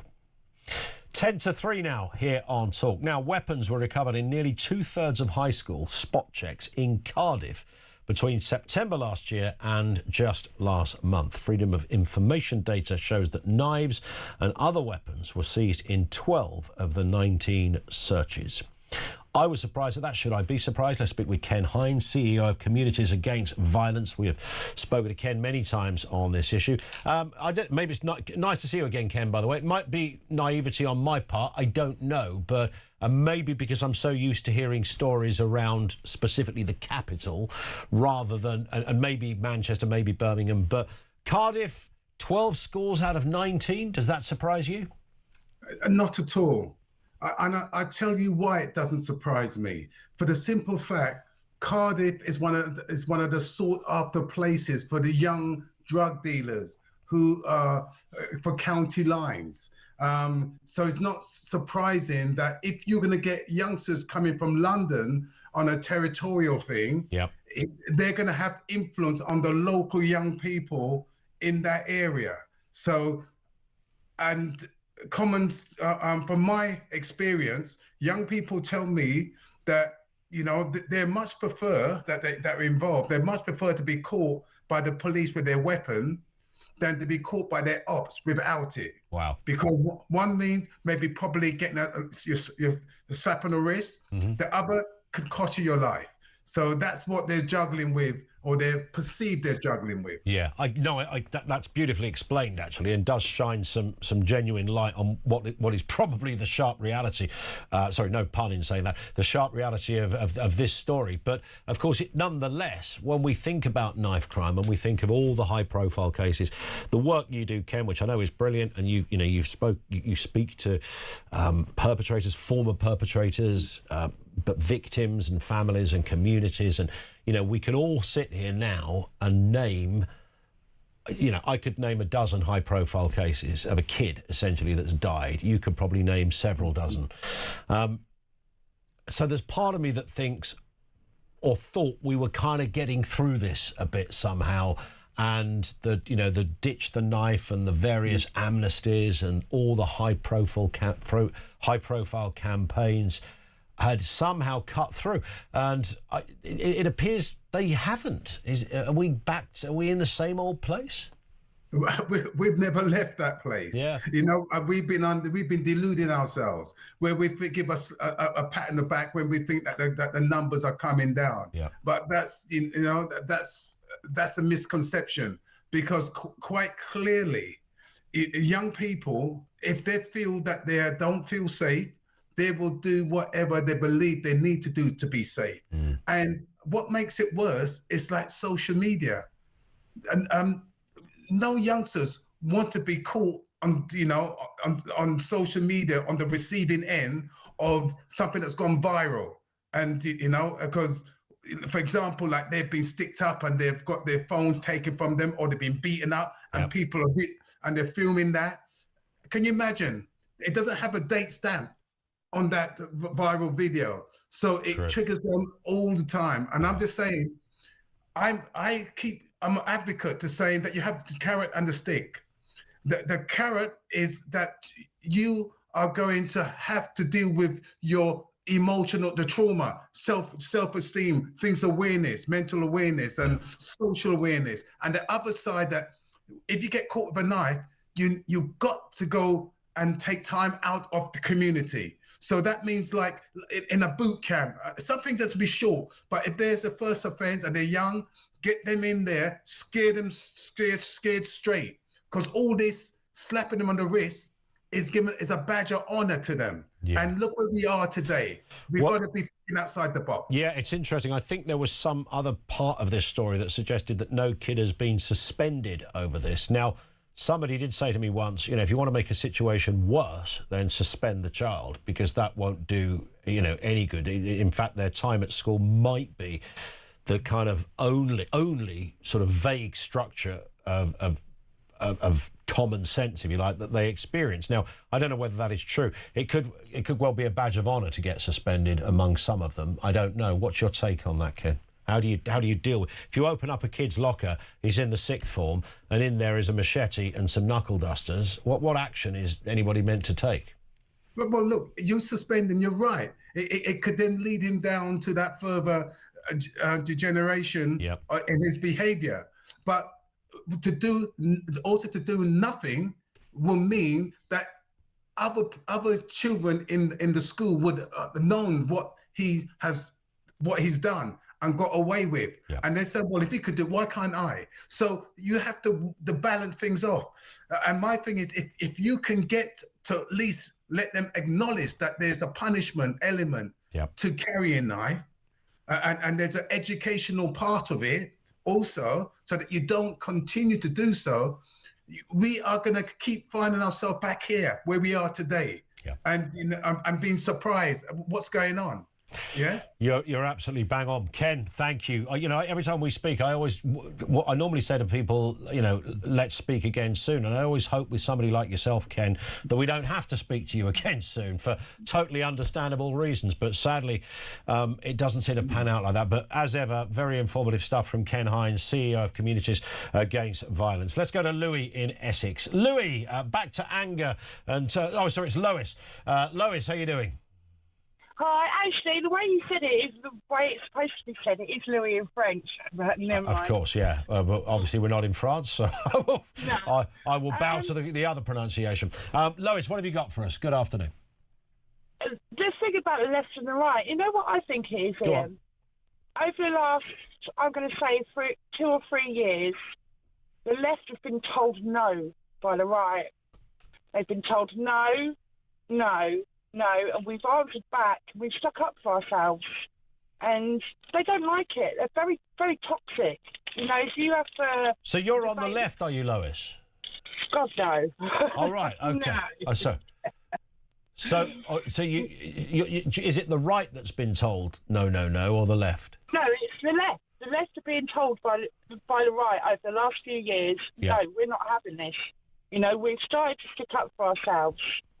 So the right, yeah, okay. So, and do you think that the left's reaction to that has been, to toxic. Completely discombobulate, go toxic, go nuclear, as it were? Go toxic, go nuclear, have Antifa everywhere attacking people. Yep. We can, Posey Parker, for example. Yeah. Look how Kelly Jo Keane has been attacked. Yeah, it's a fair point. Yeah, these people are attacked for having not just opinions that are different, but opinions that are not even slightly controversial. That's the weirdest part about that. Valid opinions. Yeah, I know. I mean, of all the debates, that one shouldn't be controversial, but it's become so darn toxic. It's hard to see the wood for the trees. Listen, Lewis, I've got to move because the news is upon us. But thank you for that analysis, Lois in Essex. Thank you to her. More comments coming through. Ian says, politics got toxic because the consequences of politics became toxic. The consequences have driven the debate. Maybe true. Voice of Doom on its way. Stand by for that. Lines are open. This is Talk.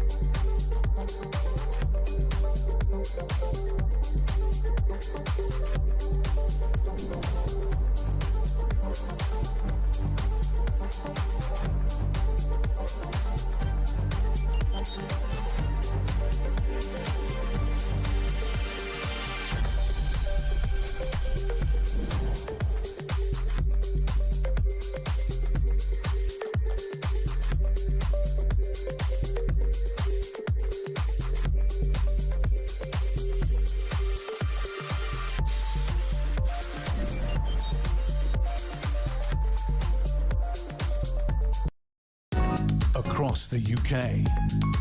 On DAB+, on your smart speaker, on your smart TV, and on your side. This is Talk.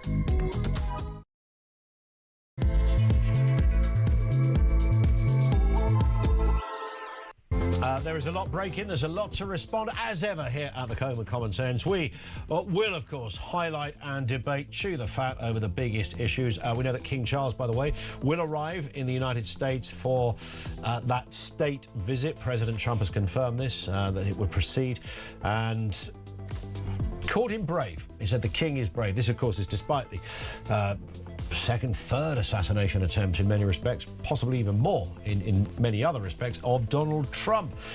He's saying, no, we move on. We defy the crazy people.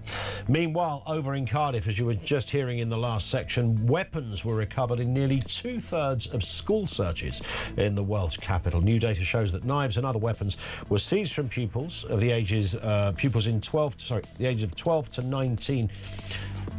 Spot checks at high schools between September last year and last month. So that is most of the places, 2/3 of the places they looked at, they found weaponry. And that new report shows UK healthy life expectancy has fallen about 2 years over the last decade to just under 61 for both men and women. There is some nuance to that. That's not life expectancy, it's healthy life expectancy. Is that right, Finn? Or something really, really deep like that? I don't know. What is healthy life expectancy compared to life expectancy? I mean, you die healthy, or you... I genuinely don't understand anything in that headline. But I'm just reading it anyway, because if I don't, Finn will beat me ferociously. 0344 499 1000. Stand by for that. Bill in Romsey says politics started getting toxic when Blair was in charge. Bush, 2 Jags, MP's expenses. Iraq war, increase in migration. When was MP's expenses? Was that... I don't think that was under the Blair... It was either under Brown or David Cameron. Anyway, Iraq war, increase in migration. Corbyn, Brexit. Brexit definitely wasn't under Blair, of course. Conservative benefits, Starmer, illegal immigration, no-go areas. I think it's probably all of those things. You could go back to John Major before Blair, of course, and there was quite a lot of rough stuff going on and some shady things happening on his front bench. Either way, I don't know whether it was a specific leader that is responsible for the toxicity in politics, whether it was a specific event, or whether it was simply all of these things put together, but fueled by social media. Is that the thing? Because I tell you what happens in the mainstream media. As the mainstream media have tried to catch up with social media, they will now reflect stories on social media they wouldn't have reflected before. So you'll open up a newspaper or wherever, and somebody will say, look, there's a lot of anger out there for this, that and the other. And you think, well, you've based that story on 6 people having a row on Twitter. That's it. A couple of people have got Mardy on Facebook. There's been some goings on Instagram. I mean, it's not really relevant, but mainstream media, because they want to be relevant, go, if we mention social media, then that makes us cool as well. Then people are engaged with us. So they bought into something that is actually slightly responsible for the toxicity we're talking about. There's lots to talk about. And this story as well, analysis of official figures has shown that fewer than 1 in 6 unsuccessful asylum seekers were actually removed from the UK last year. This low removal rate means thousands remain in taxpayer-funded accommodation. Lots to talk about here, but particularly this. Sarah Poaching, the Reform UK MP for Runcorn and Helsby, joins us. Afternoon to you, Sarah. Good afternoon. Lovely to join you. And you too. Listen, I mean, I don't know how these things happen. I'm sure somebody in the Home Office will go, look, we are trying, guys, but this isn't how it works. 1 in 6, fewer than 1 in 6 unsuccessful people. So these are people that have gone, no, you have no reason to be in this country, and yet only less than 1 in 6 are actually getting deported. What is going on? Yeah, and you know what? Reform have made it as clear as we possibly can that when we get into government, then those people here that have failed to get through legally in the asylum system will be identified and will be deported, because we cannot afford to look after people that have come here illegally and have managed to escape the Home Office system. Listen, let me tell you, I was on a police raid out in Runcorn, my constituency, the other day. We identified illegals working in vape shops. The Home Office people with us arrested them and immediately released them onto the streets. And I said, "What are you doing?" And they said, "Oh no, we can't process them. We don't have any capacity."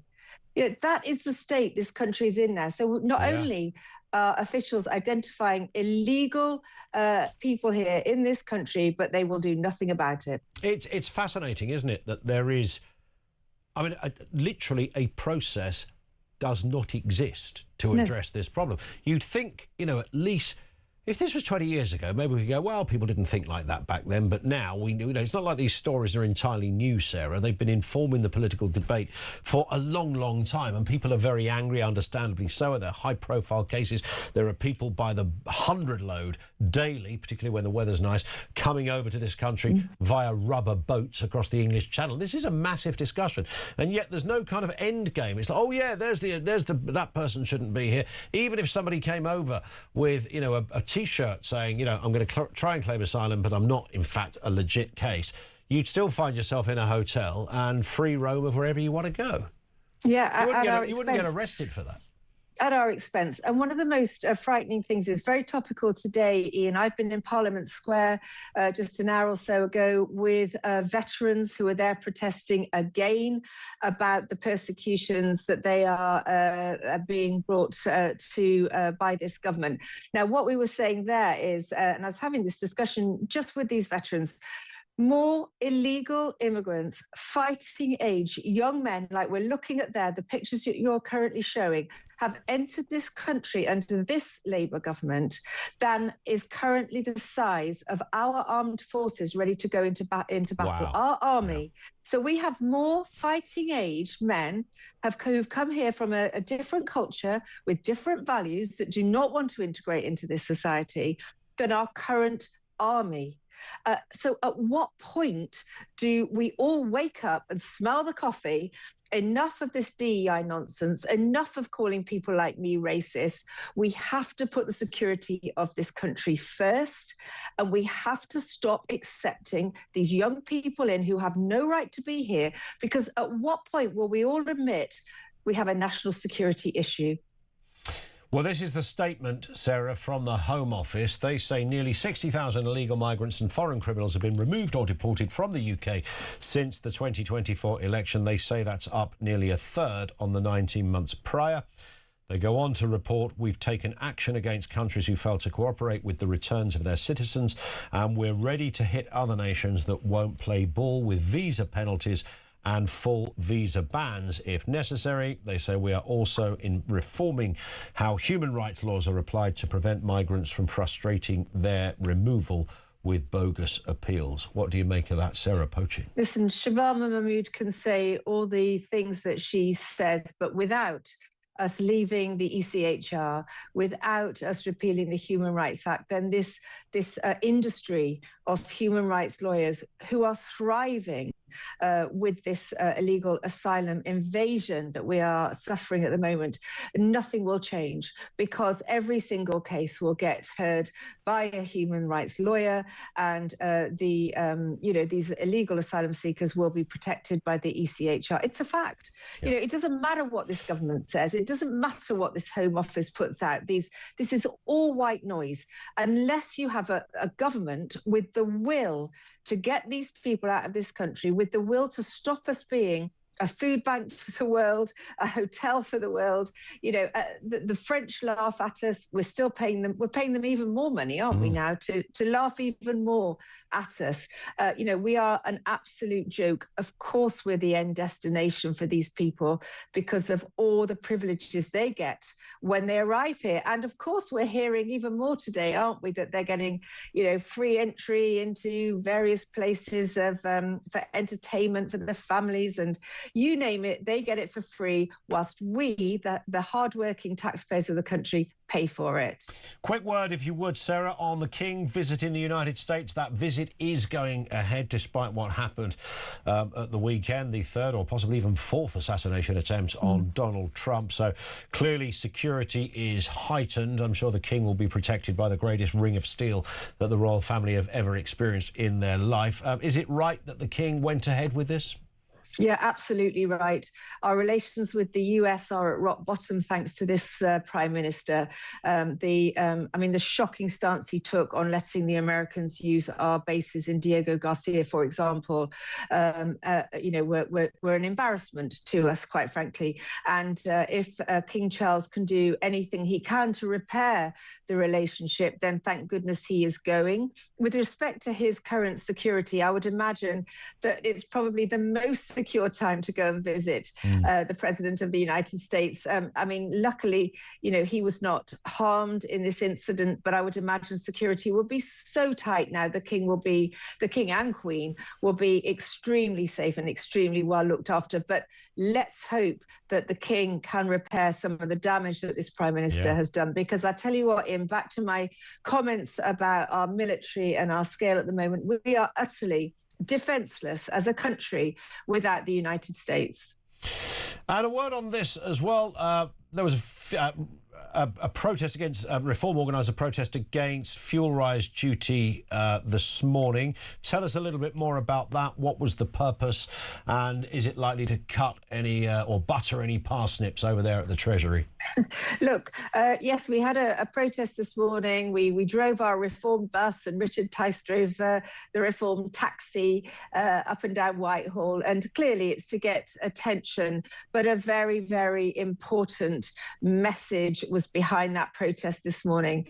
And that was the fact that Rachel Reeves is gaining an extra £22 million a day from the hike in the fuel prices due to the instability in the Gulf, the Iranian situation. Yeah. Now, look, the fact is, other governments have decreased the VAT on fuel to help their citizens through this difficult time. This government has done nothing. It's pocketing the cash.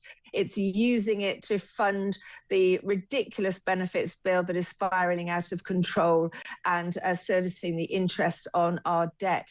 But the fact is, what Reform is saying is, look, you know, we're effectively suffering under this government because we could turn the taps on in the North Sea. We could start drilling for gas, and we could be energy self-sufficient.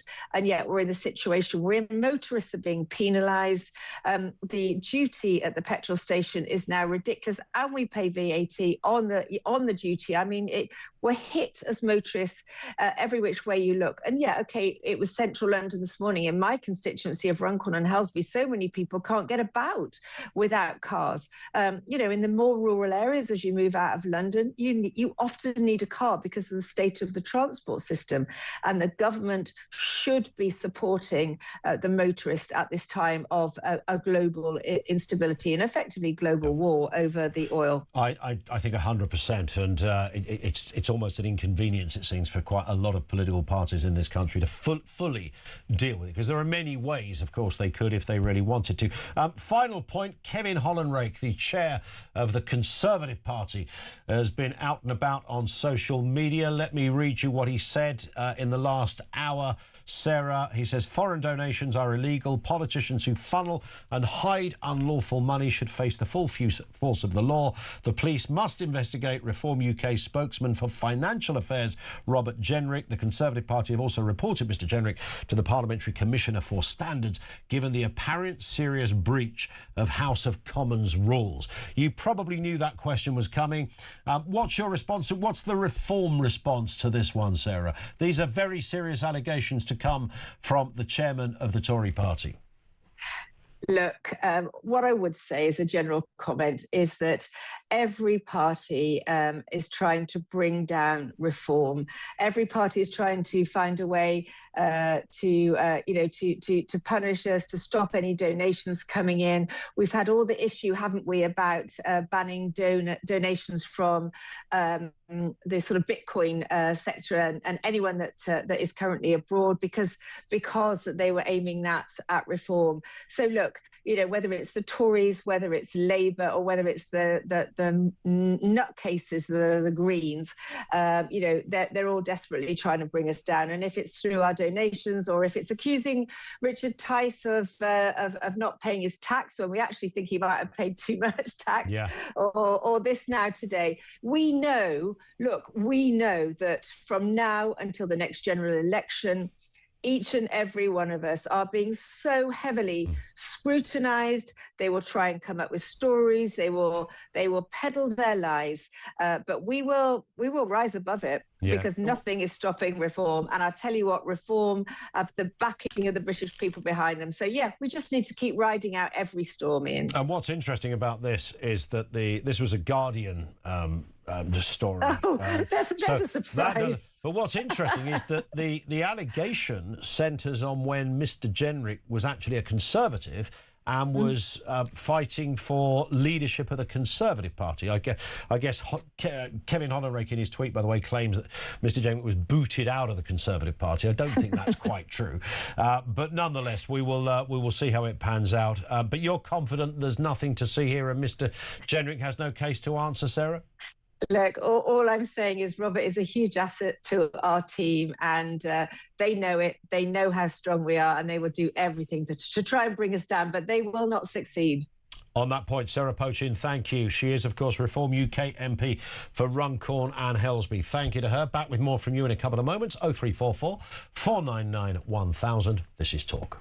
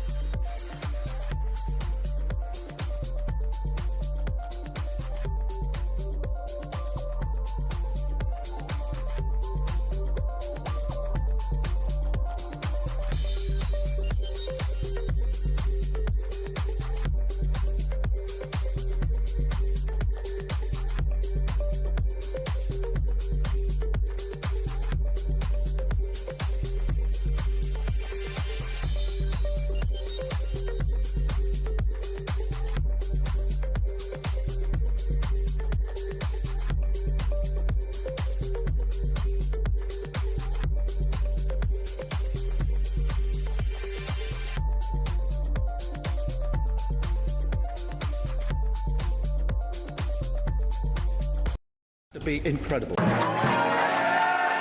Olivia Moore!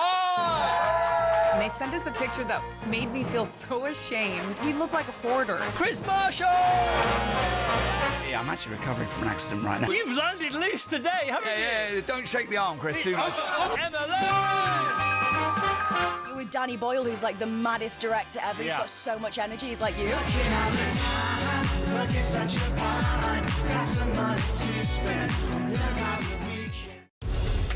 Mr. Speaker, I know many members across the House will find these facts to be incredible.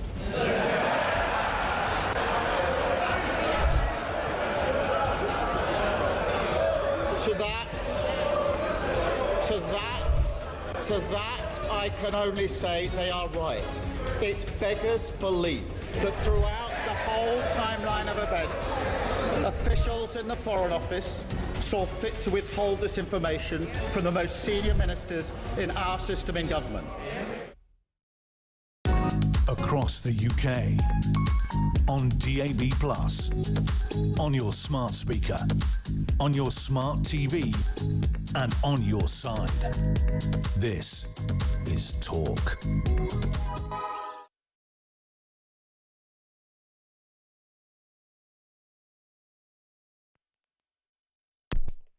You won't believe what happened there, right? Okay, there was a little gap, and Finn, I don't know why he does this. He just decides not to put the microphone up. It's like he's having he's on some sort of challenge to curtail free speech. It's a one-man band.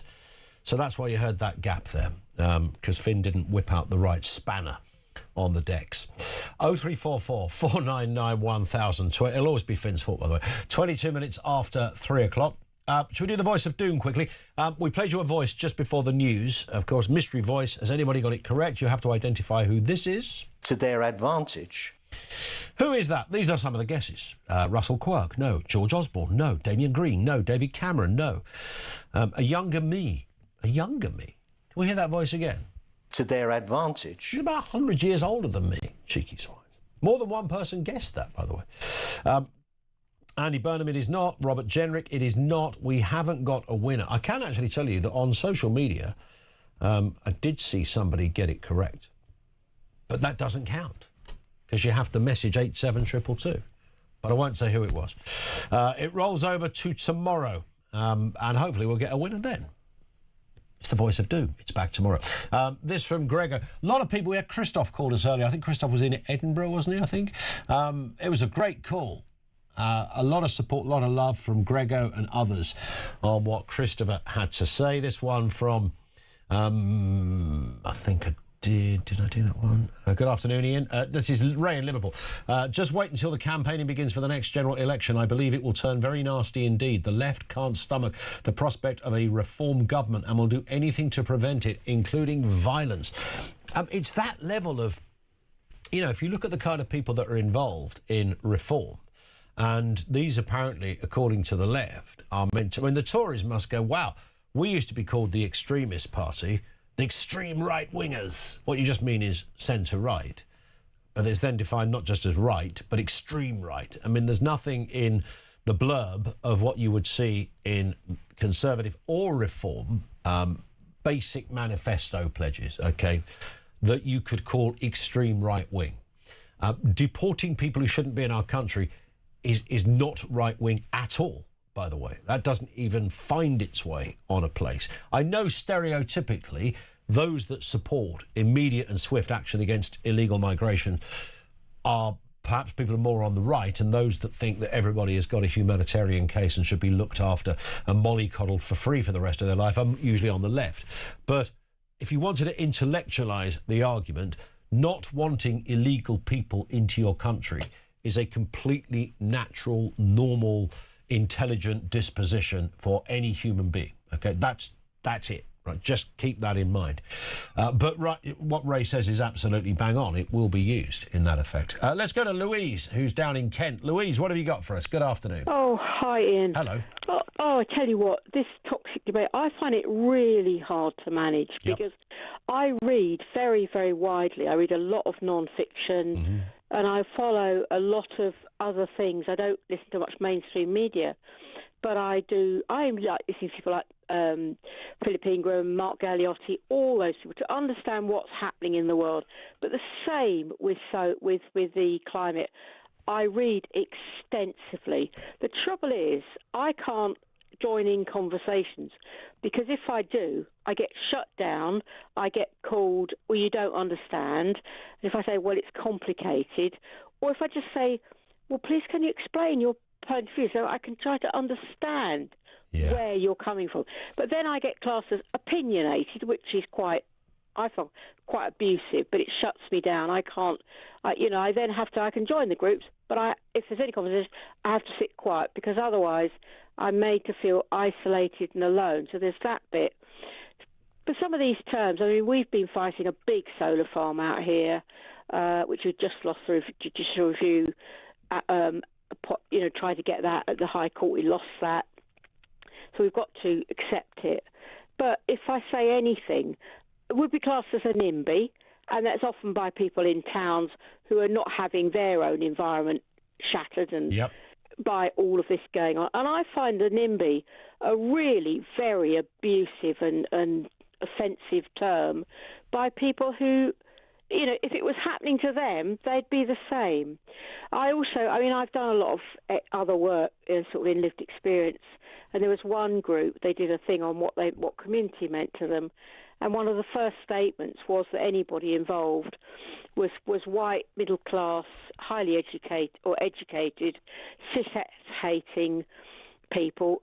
And then it went on to say, and they wouldn't want to really work with anyone from the right wing. Mm-hmm. And you just think, hang on a minute, we're all trying to do the same thing here. We're just trying to help people out to improve things. And yet, before you even started, they've labelled somebody like me as that, which I find highly offensive and very unkind. Well, it's not being used when people talk about, you know, you being a right winger or whatever. It's not even used to identify what your politics might be. It's being used as a pejorative. It's being used as a term of abuse. But I also found that, you know, sometimes in work meetings and things, and this is where Zoom and all this thing, it's all bad news. You really need to go to meetings because, you know, you put your hand up, and I was doing online Zooms, I won't do them now. You put your hand up. If people think they don't like what you're going to say, they just ignore it. Or they can hold an AGM, I mean, locally, AGM. If they don't want awkward conversations at the end of it, they just hold the AGM online. Yeah. Because it's a way of shutting down. It's a much easier way, isn't it? Or discussion. Yeah. And I think it's more than social media. I think it's across the board. If you work, obviously, in public services, particularly the NHS, you've got to be very careful if you're having a coffee with a friend, because somebody might overhear something, not hear the whole conversation, and then report you, and the next thing you're up for disciplinary, and then not hold the whole thing.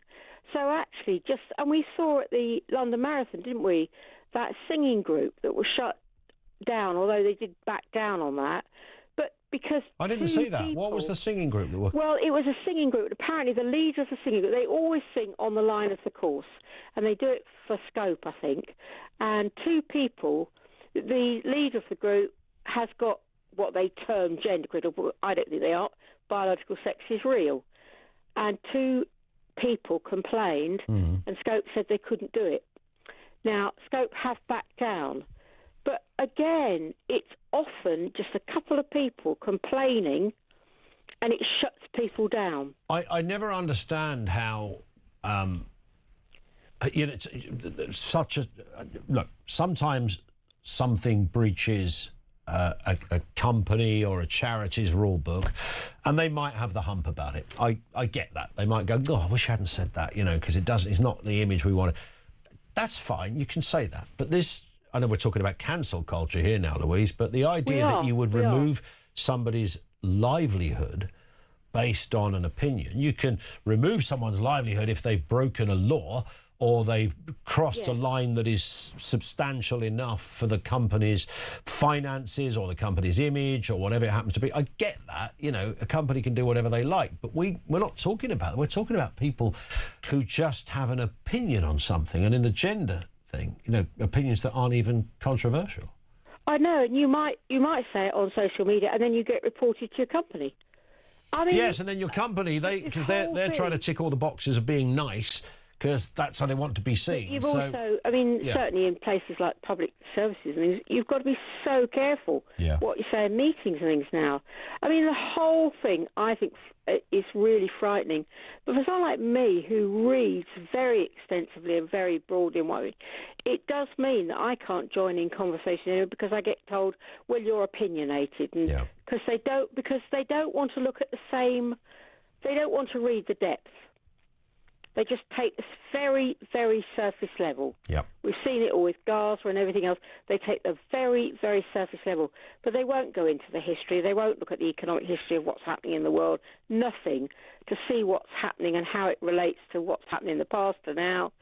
It's horrible, Ian. And I find it so hard to deal with. It is really hard to do. It's disappointing and it's terrifying and it's sad and all of those things all in equal measure as well. Listen, Louise, great to have you on again. Thank you. Louise in Kent, as frustrated and as incredulous as the rest of us would be. I mean, the cancel thing is such a... it's a whole other area, but it's such a marker of how far we haven't come as a people, because it's connected to this politics getting so toxic and who aligns with who and what companies say or do in order to, if you like, showcase their credentials of decency. So companies now have kind of a conscience almost, and they list what their values are. You know, the value of a bank. I don't want to know the value of a bank. What our moral compass is. You know, get in the bin. Who cares about your moral thing? You're a bank. You're kind of an inanimate object in that respect. But that is the world we're living in. Thank you to Louise, 0344 499 1000. The disability charity Scope changed its mind at the 11th hour. By the way, this is reference to what Louise was just telling us. To allow a band choir to attend the London Marathon. Scope's chief exec had told Janet Murray, the founder of the choir, the Singing Striders, they were not welcome because Murray held gender-critical beliefs. They had performed at the event on behalf of Scope for the past 2 years and were booked again for Sunday. On Tuesday, the choir founder, Murray, received an email from the charity telling her they no longer wish to have the Singing Striders to perform at the marathon. The email, which was seen by the BBC, said it was because of concerns raised that everyone involved in Scope events needs to reflect its commitment to equality and inclusion.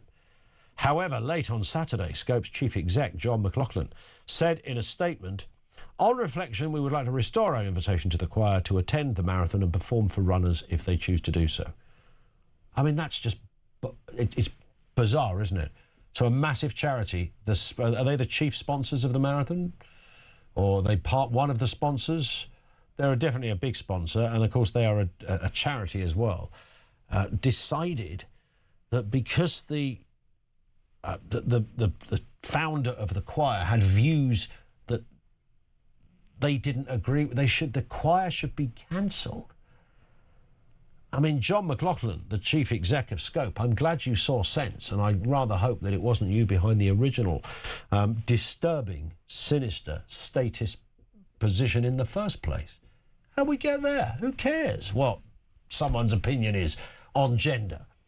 0344 499 1000. This is Talk.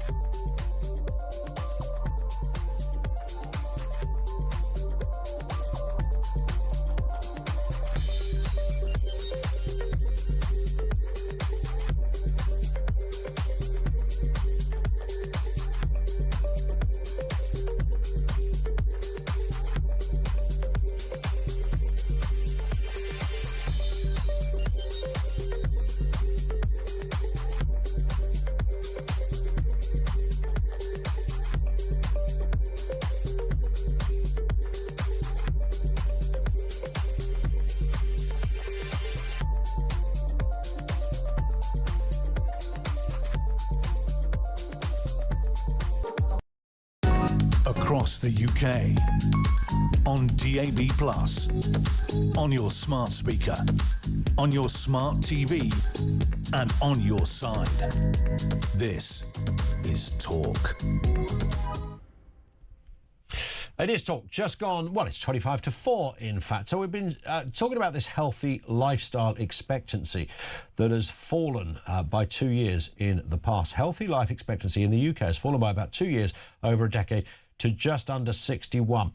This is a new report about the decline, if you like, in our health. Let's get some because I've been quite confused about this. Daniel Law is Director of Analysis of the Health Foundation. Daniel, good afternoon to you.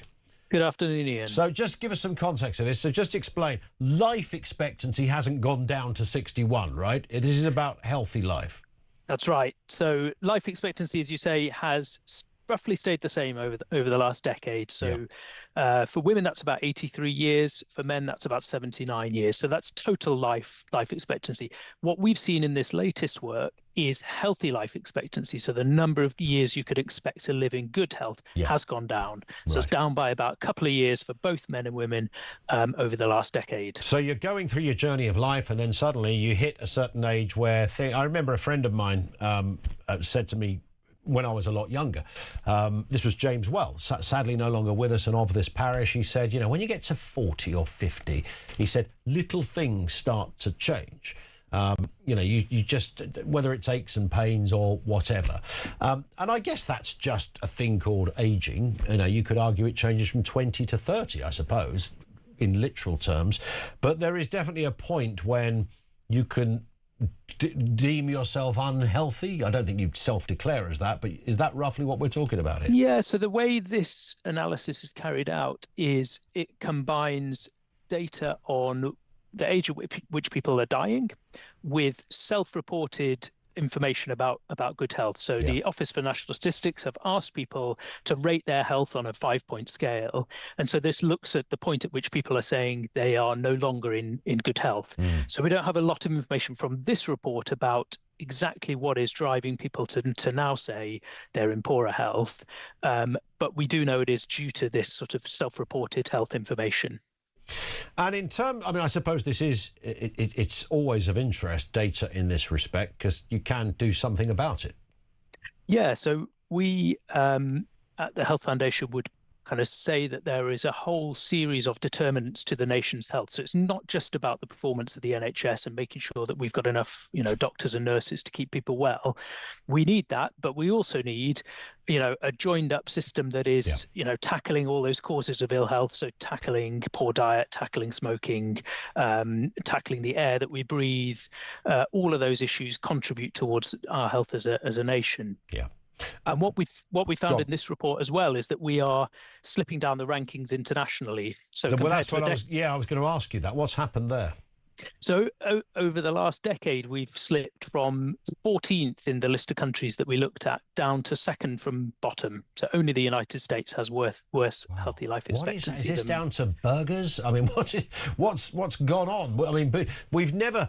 This confuses me quite a lot, Daniel, on when we talk about obesity, which we do a fair bit, which obviously feeds into this. We live in a world now where we have never had more information about diets, what's healthy. We've never seen more gyms around, daytime TV, every magazine online is telling you how to keep fit, this diet, this exercise, whether you're doing Pilates, whether you're running.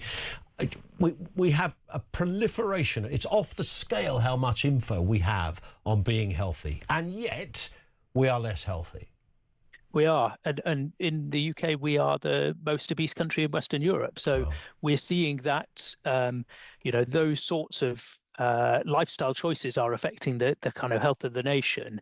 And this is not just a health issue, Ian. This is about the overall economy. So we see people that are reporting they're too sick to work. We've got an estimate of 2.8 million people out of the workforce because they're not well enough to work. So actually tackling these health issues, I think, has a really important aspect for the whole economy, in terms of driving productivity, driving people's ability to participate in work. And if you go to, I'm just trying, if I go to France, for example, or Germany, there's a lot of, it's just as many McDonald's or Burger Kings, KFCs in all of those countries, I would imagine, as we've got. What is it that the French are doing? And I don't like to congratulate the French too often if I can avoid it, Daniel. But they're obviously doing something that we're not doing because they're in a completely different place in that league table. They are, and there are only a small number of countries that we looked at that had also slipped down the ranking. So it shows that it's not inevitable. It's not a function of the kind of 21st century society that all countries are going to get sicker over time. So, some do make better choices, I think, on kind of diet and calorie consumption. We know that, obesity is not such a factor in some of those other countries. issues around, tobacco and alcohol as well. I think, there are a whole series of things that drive our health. Well, we've got some data to work towards. I suppose there is that. Daniel, thank you very much indeed. Daniel Law, Director of Analysis at the Health Foundation. I wouldn't be quite so surprised at this if all other similar countries, we were all roughly doing the same, but we're not. We're a bunch of sort of fairly obese, biggest obesity problem in Western Europe, as he just said. We've got all this health information. Is it just because it's easier to buy the kind of unhealthy stuff? And by the way, I'm not just talking about going into a burger or a chicken takeaway place, because that is easy, but even just sandwich culture. Because that probably doesn't get focused on so much, does it? How often, you think, oh, I'll pop into M&S or something on the railway station. But I literally did that I found myself in Leeds on Thursday. I was meant to be in Manchester. Well, I was in Manchester, meant to go to London, ended up in Leeds. Train chaos, long story. So I stopped at nipped into M&S at the station. I bought a cheese and ham sandwich. Now, it was very tasty. Thank you very much, M&S people. Loved it. And the crisps that went with it, added as a nice little side. The usual thing, bit of a meal deal. I left my... No, I didn't. I left my Coke. Do you know what I did, Finn? I put a Coca-Cola sandwich crisps, right? Stuck it all in the bag. I get on the train, no Coca-Cola. Where did it go? Someone in Leeds, I've been pickpocketed to the tune of a bottle of Coke. That's everything I bought there is not healthy, right? Even if I just bought the sandwich without the crisps and the drink, it's not that healthy. It's bread, cheese and ham. I don't think that would come under, and sauce that's in the sandwich. I tried to do the whistle thing. Sauce, that. That and all the other bits that go with it. And I don't mind cheese and ham or sauce. But believe me, it's not healthy. So I don't think sandwich places can dine out and say, well, we're not the same as some of those takeaway places, because they probably are to a greater or a lesser extent. Richard in Derby. Richard, how are you doing? Not too bad. How are you, Ian? Good, thank you. Yeah, let's go back to that question of toxicity in politics. What's happening? Well, actually, I'm pretty amazed, because I've been, I would say, almost a lifelong friend, well over 20 years, of someone who I would describe as a polar opposite to me. So quite an extreme lefty, shall we say? Yeah. And I'm well, in today's world, probably considered far right, but I'm probably centre right in real terms. But we've regularly have heated debates, and I mean from everything from Brexit to benefits to welfare to he's a pro-Palestinian, and everything that we would go against on our side. And I think what we need to bear in mind is the toxicity runs both ways, because we're very quick to judge people on the left and say they're just idiots, when actually I don't think that's fair, because he's I'll use him as an example, a very intelligent man who thinks about what he does. He just has a different set of ethoses to us. Sure. But what is amazing is Keir Starmer's done something that I didn't think was possible. He has united us. We both think he's completely useless. Yes, so he's done something quite remarkable. That is rather curious, isn't it? That who would have thought it? What sort of leader, though, would your mate prefer in Labour? Would it be someone more left wing than Keir? Yeah, I think so. Yeah, I think he wasn't quite. He would lean more towards the likes of when Corbyn was in charge. Yeah, that sort of left. But what does he does? You see, because I always, when you pick apart, I know that they would say the same about us, but when you pick apart a left-wing argument and say, well, what specifically is it that you want to happen in this country? Do you just want people to be taxed more? What is it they ultimately want? Well, like I say, I've been talking to him for 20 years, and it's quite hard to put a finger on it. But I think a lot of it comes down to almost. I don't know. I almost feel like it's an element of jealousy. It's those that have that shouldn't be allowed to have all of this. But I think he's quite level-headed. So he's talking about the extremes on the side. He thinks that if you earn more, you should contribute more to help the people who are less fortunate than yourself. And I mean, I don't fundamentally disagree with that, but I think there's ways to do that, and it's a method. And my logic is as someone who earns a certain amount, by paying what I do pay, I contribute more than someone who earns less than me anyway. So why should I then be further punished for, achieving something and going from nothing? I'm a veteran. My old man was a veteran, and I've earned every penny that I've done. I'm certainly not wealthy, but I'm being taxed very uncomfortably now. So absolutely, I agree with all of that, and I don't know what would appease somebody like your friend, and I've got mates in exactly that place as well, so I know completely what you're talking about, Richard. I've never been able to find the kind of, what is it I should be thinking that will make me this better person? Because at the moment, I believe in decency and politeness and manners and charity. I believe in helping people. I believe in a good, achievable, decent welfare system for those most in need. Where am I going wrong on the scale of morality here that's upsetting left-wingers? What is, as I said, 20 years of discussions with him, I've still not got my finger on it. But it's kind of bizarre, isn't it? Yeah. Maybe you never meant to. No, well, that's it. And I just think it's, I don't know, it's almost like it's fashionable to be the opposite of right. I think people call it is an element of student politics. I think it is, like and some people to a degree. Some people don't. I was a lefty when I was about 18 for half an hour. And because it's more than me. Yeah, I tell you, you did 20 minutes, didn't you? I can't. Yeah, I'm a righty. Get me out of here. But it was. I gave it a go. But it was. There are people who never let it go, right? That most people grow out of it. Other people. This conversation, by the way, if anyone on the left is listening to this will be infuriating them. And I was saying things like, when you grow out of it, this juvenile stage.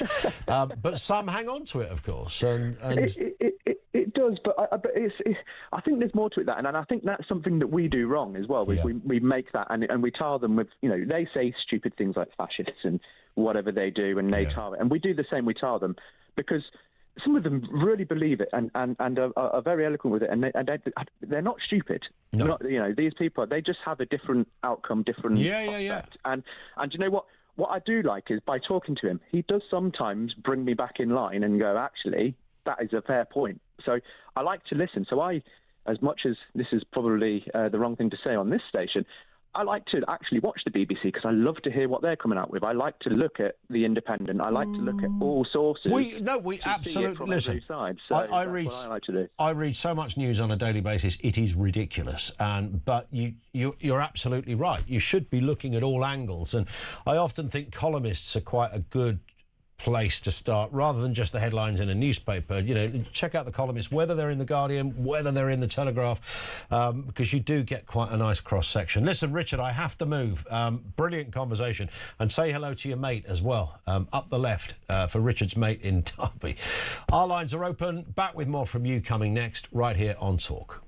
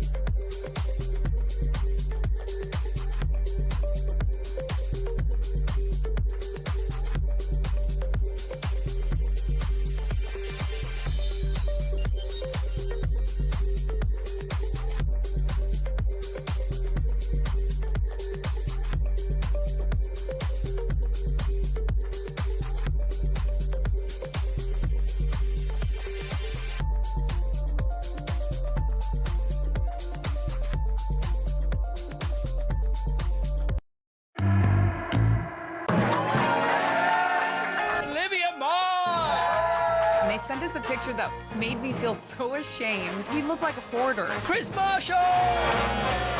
Yeah, I'm actually recovering from an accident right now. You've landed loose today, haven't you? Yeah, don't shake the arm, Chris, too much.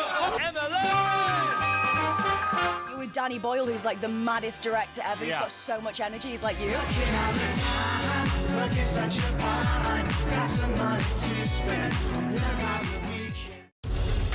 Mr. Speaker, I know many members across the House will find these facts to be incredible.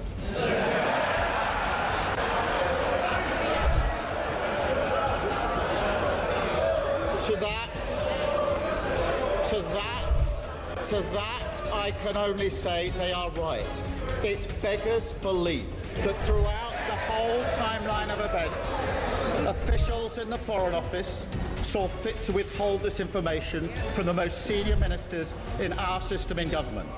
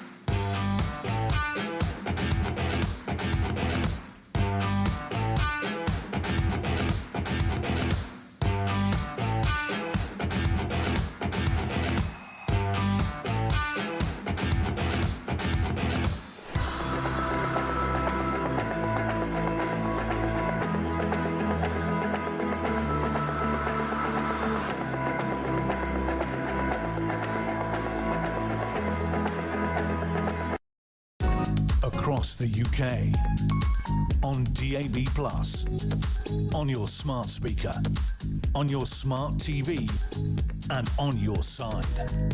This is Talk. This in from Richard in Leicester, who says, reference that health life gap and how we're getting unhealthier. Most of our food in the UK looks like food, but it's nutrient deficiency crap. Health systems don't work. Most of Europe has a good balance. The UK is just a guinea pig for processed food and poverty. You would think if we're streeting, I don't know how you'd do this, because it comes under that bracket, you know, if I was Prime Minister, and everyone's got a big list of stuff they'd do if they were Prime Minister, and then when you become the Prime Minister, you realise what is doable and what isn't doable, and that's not because of some kind of sinister conspiracy. It's just the time it would take to create fundamental change. But could argue it's got to start somewhere. So if you were West Streeting, why would you not go, OK, I'm the health secretary, we're banning all processed food. Bang, from now. From now. No processed food. None of it. None of it. All that microwave, tripe, all going. Every bit of it. I don't care. Finders, stick it up your backside, mate. Any of them. Whatever, whoever it happens to be. Finders, by the way, I should say, make some very good quality, tasty food, just for balance. Why would they not do that? There must be... Would the argument be because you would completely destroy the entire food industry and every supermarket because so much of it is processed? Or could you at least have a pecking order if it's like over 10% I don't know how it would work, but if you wanted to get serious, that's what you'd do. Matt's in Cheshire. Matt, back to toxicity in politics. Afternoon to you. Very good afternoon, Ian. And what you're doing, you're going to come to Manchester and not let me know. It's just not good enough. Outrageous. Well, I came up last Wednesday night, so I got there about, I think, 4-ish, left about 4 the following afternoon, went to Piccadilly, no trains to London. They sent me to Leeds, so I had a bit of a detour. It was a right royal pain getting home. But look, first world problem. I did eventually get on a train. It added about 3.5 hours to my journey home, which was a bit annoying because I had to be up at 4 the next morning. All hail Andy Burnham, a great experience of the North. He was meant to be, by the way. I was at a police federation event, and he was meant to be speaking at the event and couldn't make it. By the way, I don't think it was anything conspiratorial. I think he genuinely had just got completely trapped by his own diary. But yeah, he would have been there, and I'd have ended up introducing him and possibly interviewing him. He was not sure. But the deputy mayor showed up. She was there. I've written down my theory of your question of the day. Yeah. When Jeremy Corbyn became leader, he attracted, I'm going to use the word idiot. Your last caller made some great points, but he attracted every idiot with a gripe or grudge to Labour. As the results failed and Labour's losses got worse, They became incapable of accepting democratic outcomes, including Brexit. And all those idiots have been trained online to call people who voted for winning parties ever-worsening names. Labour's tactic for a decade was just to stamp their feet and dish out abuse. Most people took it for so long, and now with new media like Talk, we have a way to laugh at them and chastise them for sport. Funnily, all the hate and spite Labour created is now mainly directed at them, a fabulous thing. And there's also like a US element to it as well, and obviously social media as well. But a lot of these maniac sort of activities come from the Democrats in the States. Yeah, it does. But of course, the Democrats still believe, and here's the funny thing, Matt, and they're great points there, but the Democrats still believe that their time is coming again. I mean, they've had Obama in there, they've had Clinton in there, and many others over the years. They don't see their position, which at the moment, they might do well in the midterms because that tends to happen, but they haven't got anybody who's going to be the next president, right? And they seem to be dining out on exactly what happened with Labour. Well, of course we'll become the next government because we're the Democrats. Yeah, well, Labour are having that exact problem now in trying to find a replacement for Starmer. They haven't got anybody. They don't have. I think they've got Gavin Newsom maybe in America, but he's tainted anyway, as we probably all know. Yeah. And just to prove the point, some of them are idiots. If you think a woman can have testicles, you're evidently an idiot. Yeah. Yes. Although I have, I know a lot of girls who've got bigger balls than me, put it that way, but that's a whole other story. Matt, thank you very much for that. Matt in Cheshire. This is Kevin O'Sullivan, not in Cheshire. I'd like to meet those girls who've got bigger balls than you. I mean, I was metaphorically. I thought you meant physically. No. Those are the kind of girls you hang out with. Exactly. Yeah, okay. Just because I went to Bangkok once, don't stereotype me. Yeah, you say once. You went there once for 6 years, yeah. Anyway, let's get down to serious business. Obviously, I think the big story of the day is that Lindsay Hoyle has given the green light to the sleaze debate tomorrow. Yep. I mean, Starmer's likely to win that because he's got a 297 majority. MPs have to vote on whether or not he is put before the Privileges Committee for allegedly lying to the House. I think that's ridiculous. That what we're talking about is an allegation of lying to the House. Yes. So deciding on whether or not a Prime Minister or anyone should face an inquiry into whether or not they lied, that shouldn't be a matter of a vote. Party partisanship. Well, you can be whipped to vote against it. Exactly. They're turning it into a partisan issue. Yeah. That's kind of wrong. But he thought he could get away with it altogether. So Lindsay Hoyle has swung the whip and